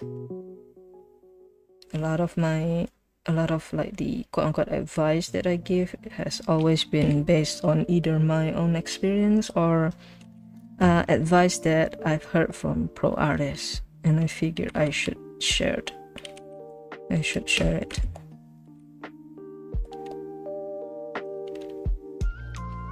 Right, so hold on. The mosquito actually have the triple D audacity now and just keep biting my left foot. Hold on. Let's see where it is currently. Jesus Christ, my left foot is super itchy. Where's that fucker?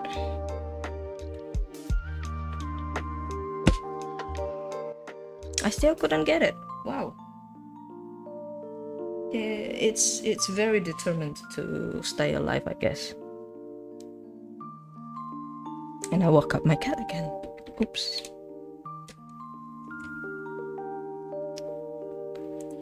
Alright, where were we? Oh yeah, hands.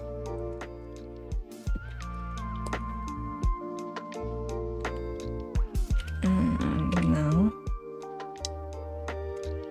we'll also add that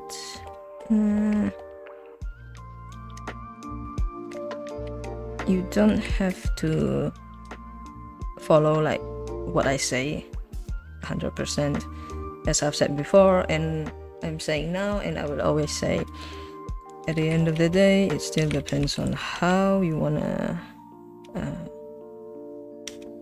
you know, how you set your lighting, how you set the scene,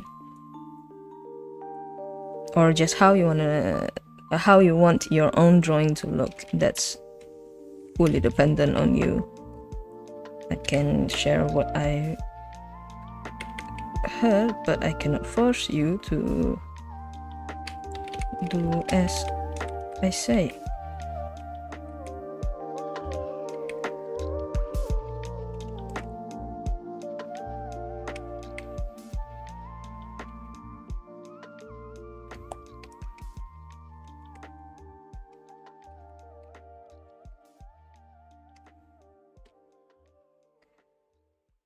I do find it funny though, unrelated to what I'm doing right now, but still related to art, is that to this day there's still like constant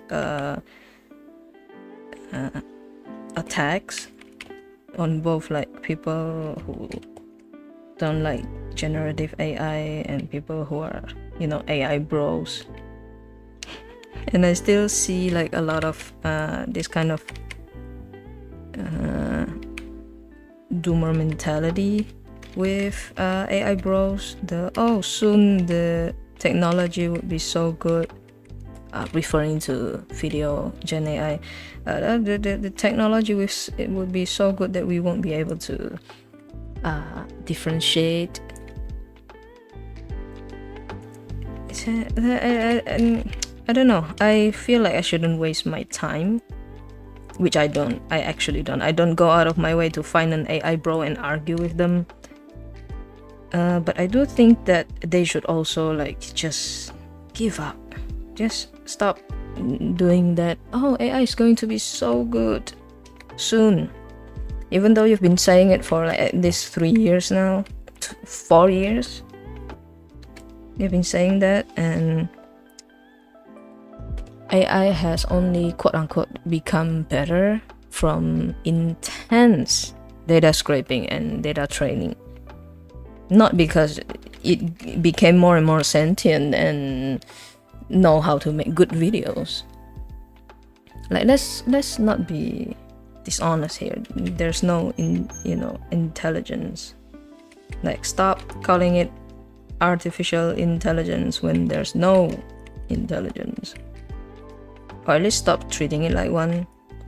I know AI, the term AI has been used for the longest time, but in this case it's just false advertisement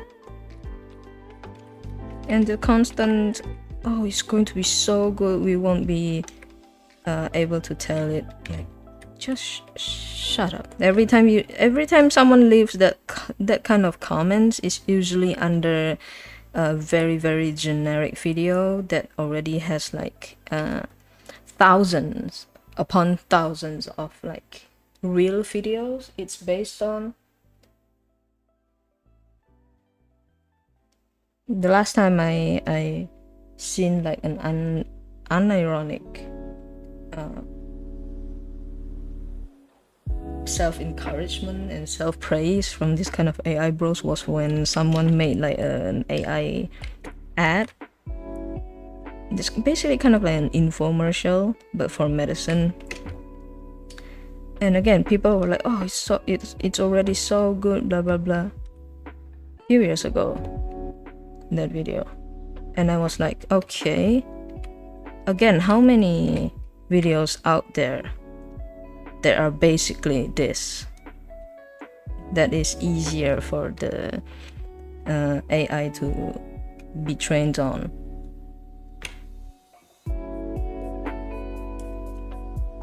Come on, you want to say that it's good? You make one of the AI grandma do a backflip while she's talking, and then let's see how good it is.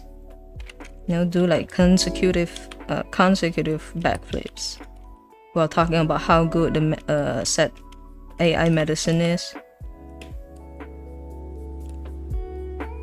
And no, you're not allowed to do like separate prompts. You're supposed to keep the prompt all within the same like prompting session. Yeah, you're not allowed to merge and edit different prompts together. Then we'll see how good AI is. It's very disingenuous. Like, stop doing that. You've been saying it's good for years now. It's only good because there are, again, thousands of data it could train on videos or like images that are a lot more niche. Yeah, AI will never get it right. Never.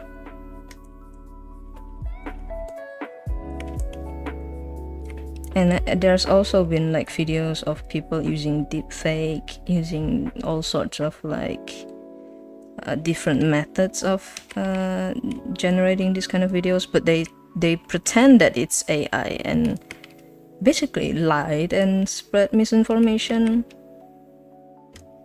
Why are we wasting our time fighting about this at this point? Because if someone wants to be disingenuous, wants to be a liar, they're gonna do it regardless. There's no point in like doing this like finger wagging gesture. Just be like, no, that's bad. Like, obviously it's bad, but they're gonna do it regardless. Because the point is just to constantly act like they aren't losing money from constantly subscribing and using this kind of LLM models. Of course, they're gonna keep pretending that the money is, worth spending on that.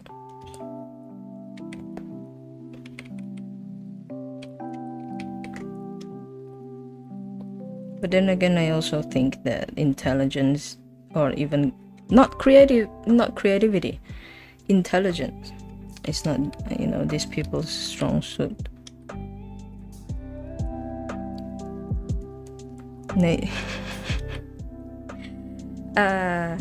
Honestly, I just remembered something from AI Bros, and They were it was like under like vibe coding post, you know, AI programming post, and basically the question was like pretty aggressive, like asking, oh, why would you ever use AI to, you know, program something for you?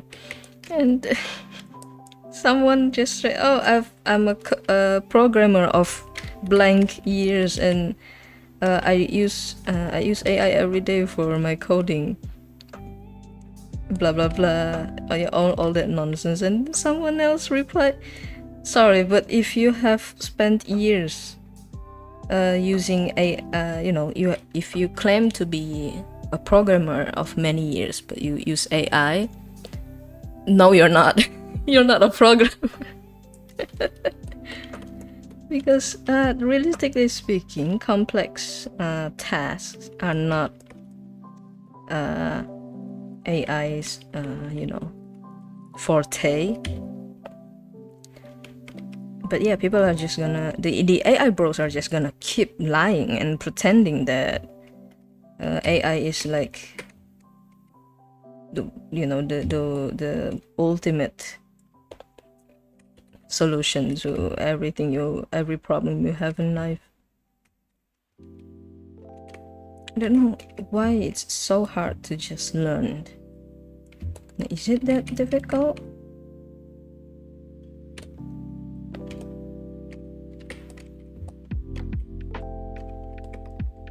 I only knew basic programming too, by the way.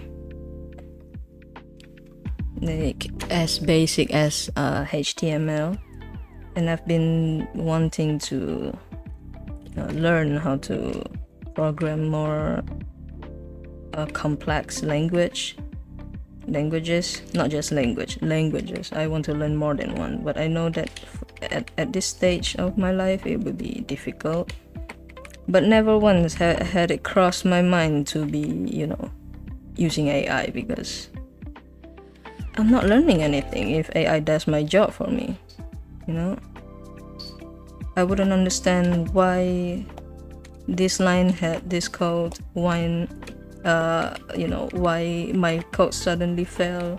What's wrong with that, Why is it this string of codes instead of that one? All sorts of problems.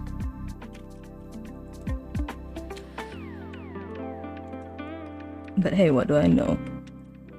I'm a what do they call people who don't like AI? Like a Luddite?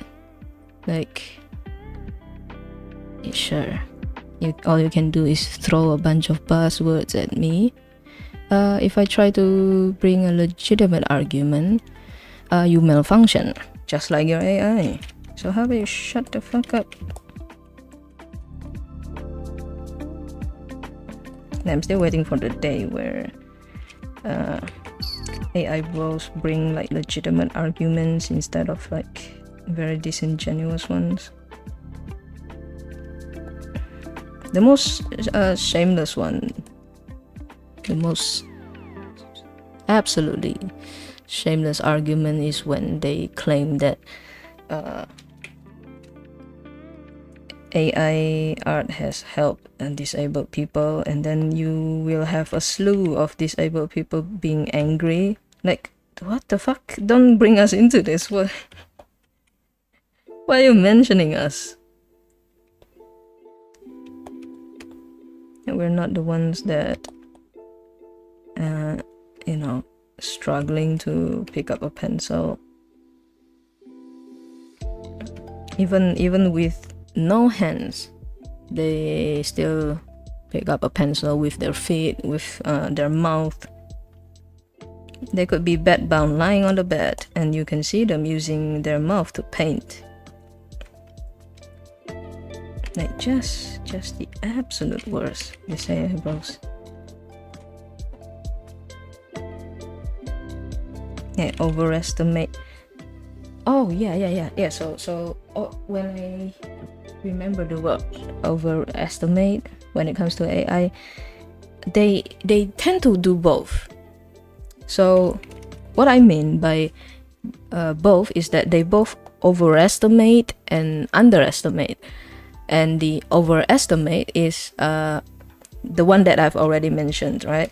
Where they are like, oh, AI is so good, they are going to be indistinguishable from the real thing, right?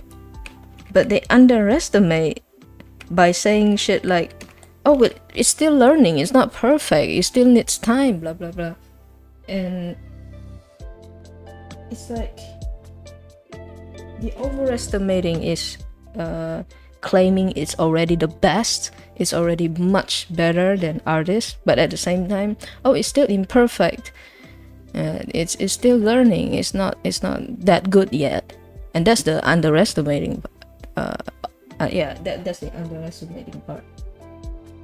So it's like, pick a side. Is it better than us already, or is it not? Like, you can't just inflate and deflate its value based on how much you want to win an argument.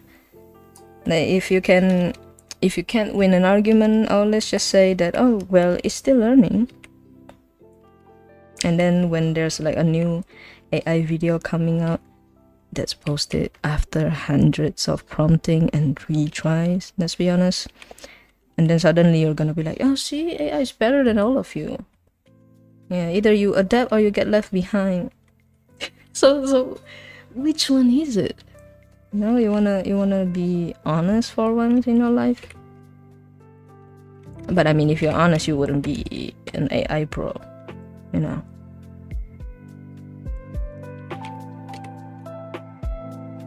It's just fascinating. There are times where I thought that I may be a bit too arrogant, sounding too harsh when I say shit like, oh, I don't like idiots, I don't like people who are unashamedly stupid but they think they're smarter than everybody. I thought that I was being harsh, but after seeing a lot of this like AI bros behavior, I think I'm justified in not liking idiots. Like, just imagine sitting there hearing all of this like nonsensical arguments, and you're supposed to just sit there and take it. I am glad that a lot of the artists are very petty. I've seen a lot of petty posts from the you know, the grieving, the pissed off artists, just taking the absolute piss out of AI bros.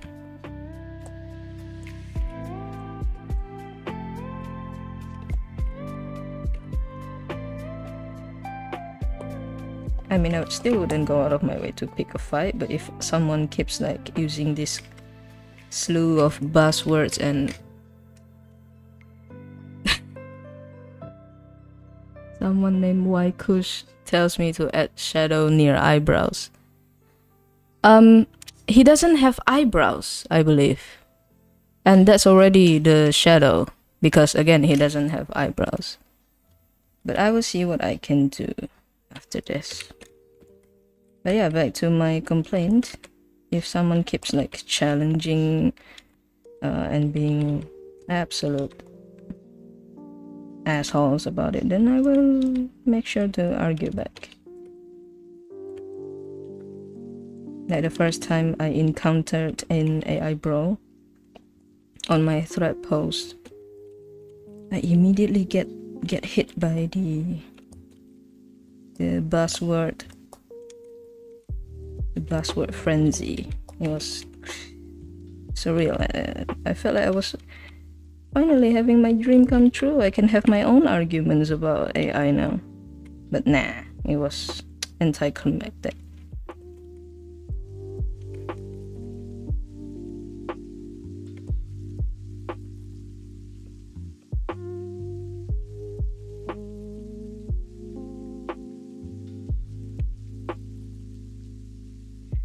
I'm not replying to your chat, Kush, is because I'm responding your chat directly through, you know, my mic. But if you wish for a written response, I guess I can do that as well. This character, so you guys have to sit here and wait until I finish typing. This character doesn't have eyebrows.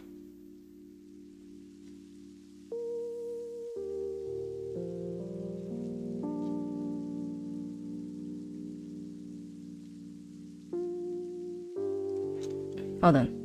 Maybe I'm too stupid. I can reply to the chat.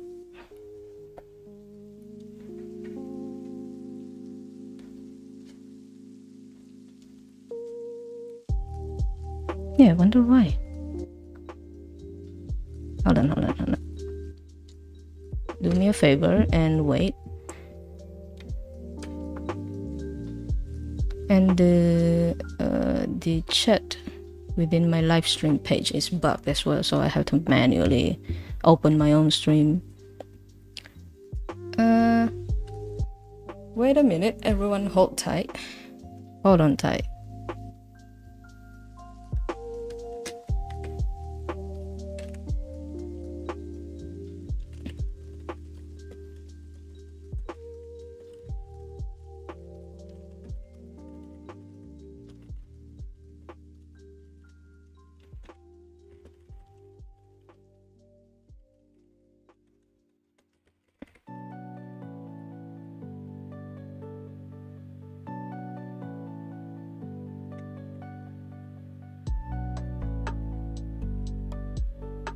You're gonna have to listen to a lot of keyboard clacking.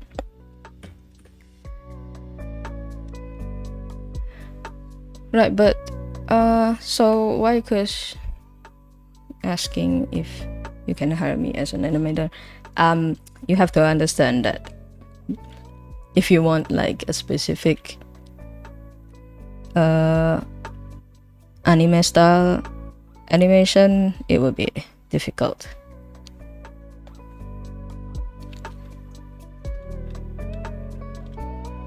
I mean, it would be difficult to satisfy you because, you know, again, my art style. But if you really wanna discuss animating, I guess you can reach out to me on like my Instagram, because right now it's close to 11 p.m. I just want to make a bit more progress on my artwork. Nah. Maybe at the end of the stream we can discuss that.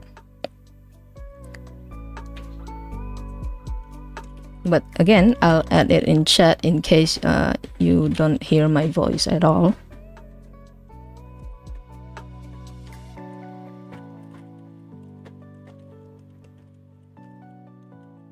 Let me just...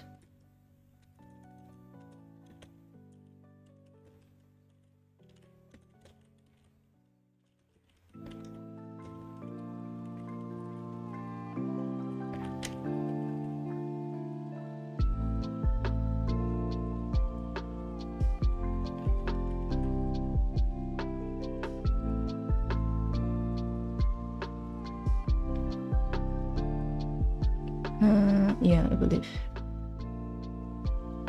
Yeah, that's all. Sorry. It's exactly because of you know, this kind of issue. That's why I'm trying to use microphone as well to speak, because I don't want to spend too much time typing and the stream end up not moving.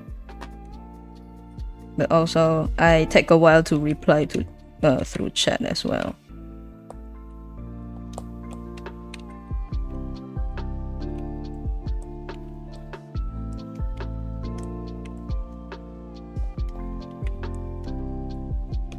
Yeah, so seriously, with the brows, right? I let me just Google it again just to be safe. But I believe there's nothing there. It's just a slight like bone a shading for the bones, the eye, just below the brows, but nothing else. Yeah, there's nothing. Uh-oh. It's just forehead. It's just eyes and forehead. Nothing else. There's no... yeah, you guys just have to deal with that. Undertaker has no eyebrows. Oops, wrong layer.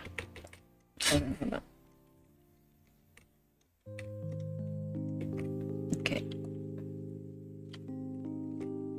So yeah, again, reminder, this is a character from a series called Kuroshitsuji or Black Butler. So if you have never heard of it, you should probably give it a read. But I do have a reminder that obviously this kind of like manga was written and drawn with most likely female audience in mind, because there are a lot of very pretty characters, both like the female and male characters. The art style is just pretty in general, but a lot of ikemens in there, a lot of it.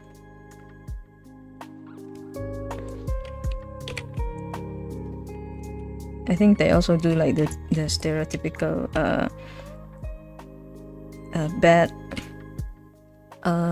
bad characters, or like the antagonists being either you know, less fortunate looking, or they look very maniacal.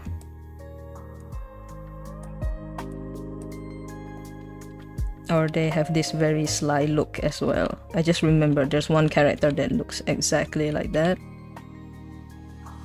Like the constant unsettling smile, just like this Undertaker character. That you would not want to be left alone with them for like more than 5 minutes. Because usually they try to kill you.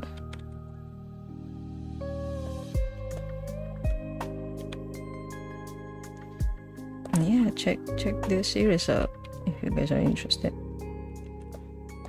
I forgot to take off the AFK again.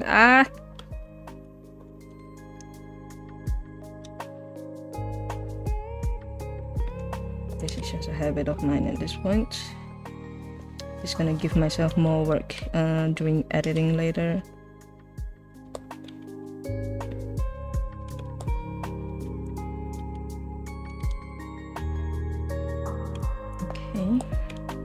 So for the hair,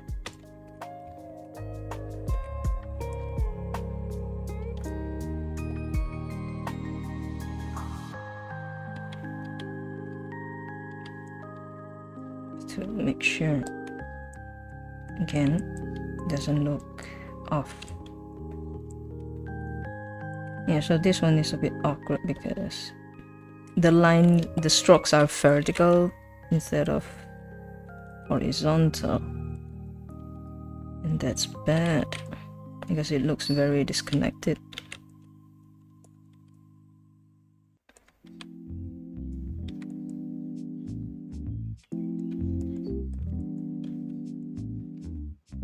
I think I'll be able to add a layer of outlines, colored outlines usually. I don't want to do like solid black outlines or gray outlines because it will pop a bit too much. It will look very weird.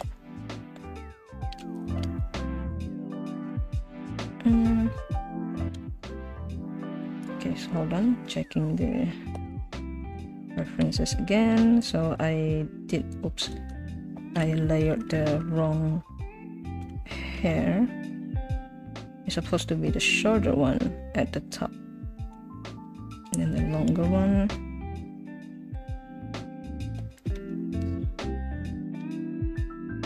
At the bottom. I also have to remember that the hair are laying on top of each other, not hovering. So I should be careful with my shadow as well. And then the hair behind the head, behind the ears, sorry, behind the ears can be summed up with this. With this just dark line to separate the hair at the front half of his head and the one behind. At least if I'm not misunderstanding the original drawing. Yeah, I'm gonna have to add the eyeline later.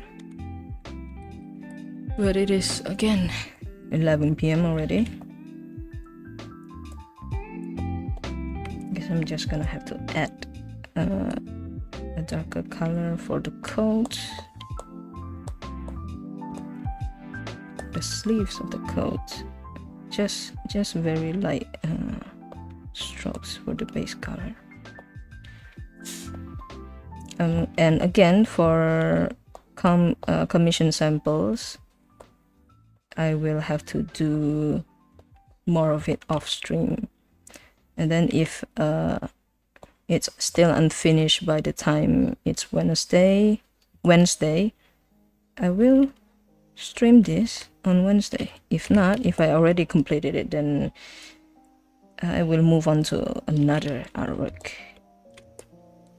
You know, speaking of animation, I remember that I animated one of the Genshin Impact characters in like the bird form, Club Retainer, if I don't misremember. Alright, so I only drew like the sketch version, not like the outline and color version. Maybe I should do that next time. I have contemplated it for quite a while. Like, should I animate live on stream? Like, would there be any progress at all? Because I am not an animator by default. I am more of a portrait artist, but maybe it's time I should take animation seriously as well. But yeah, step by step. I think that's all for this stream. One, because it's, you know, again 11 p.m. Two, my cat Flame is trying to start another fight. Don't worry, this will be fixed further off stream. But for now, you have to. Oops. For now, you have to make do with this. Okay. Oh, I put on. Sorry. I moved the layer within the outline layers. So when my cat gave me a jump scare, I accidentally turned off my outline. Oh my god. Hold on. I accidentally turned off my outline layers. Alright. But yeah, that's about it. I need to pick up the mess that my cat has left. Thank you again for watching this absolute mess of a stream. I appreciate it. And I'll see you on Wednesday. My friend will stream tomorrow though, Forrest. The last time I said that, last week, she ended up not being able to stream due to some difficulties. Yeah, some stuff was happening in real life that doesn't allow her to stream on Sunday. But maybe it will happen for real tomorrow. But yeah, thank you for coming to mine though. I really appreciate it. Thank you for watching. See you on Wednesday. Bye bye.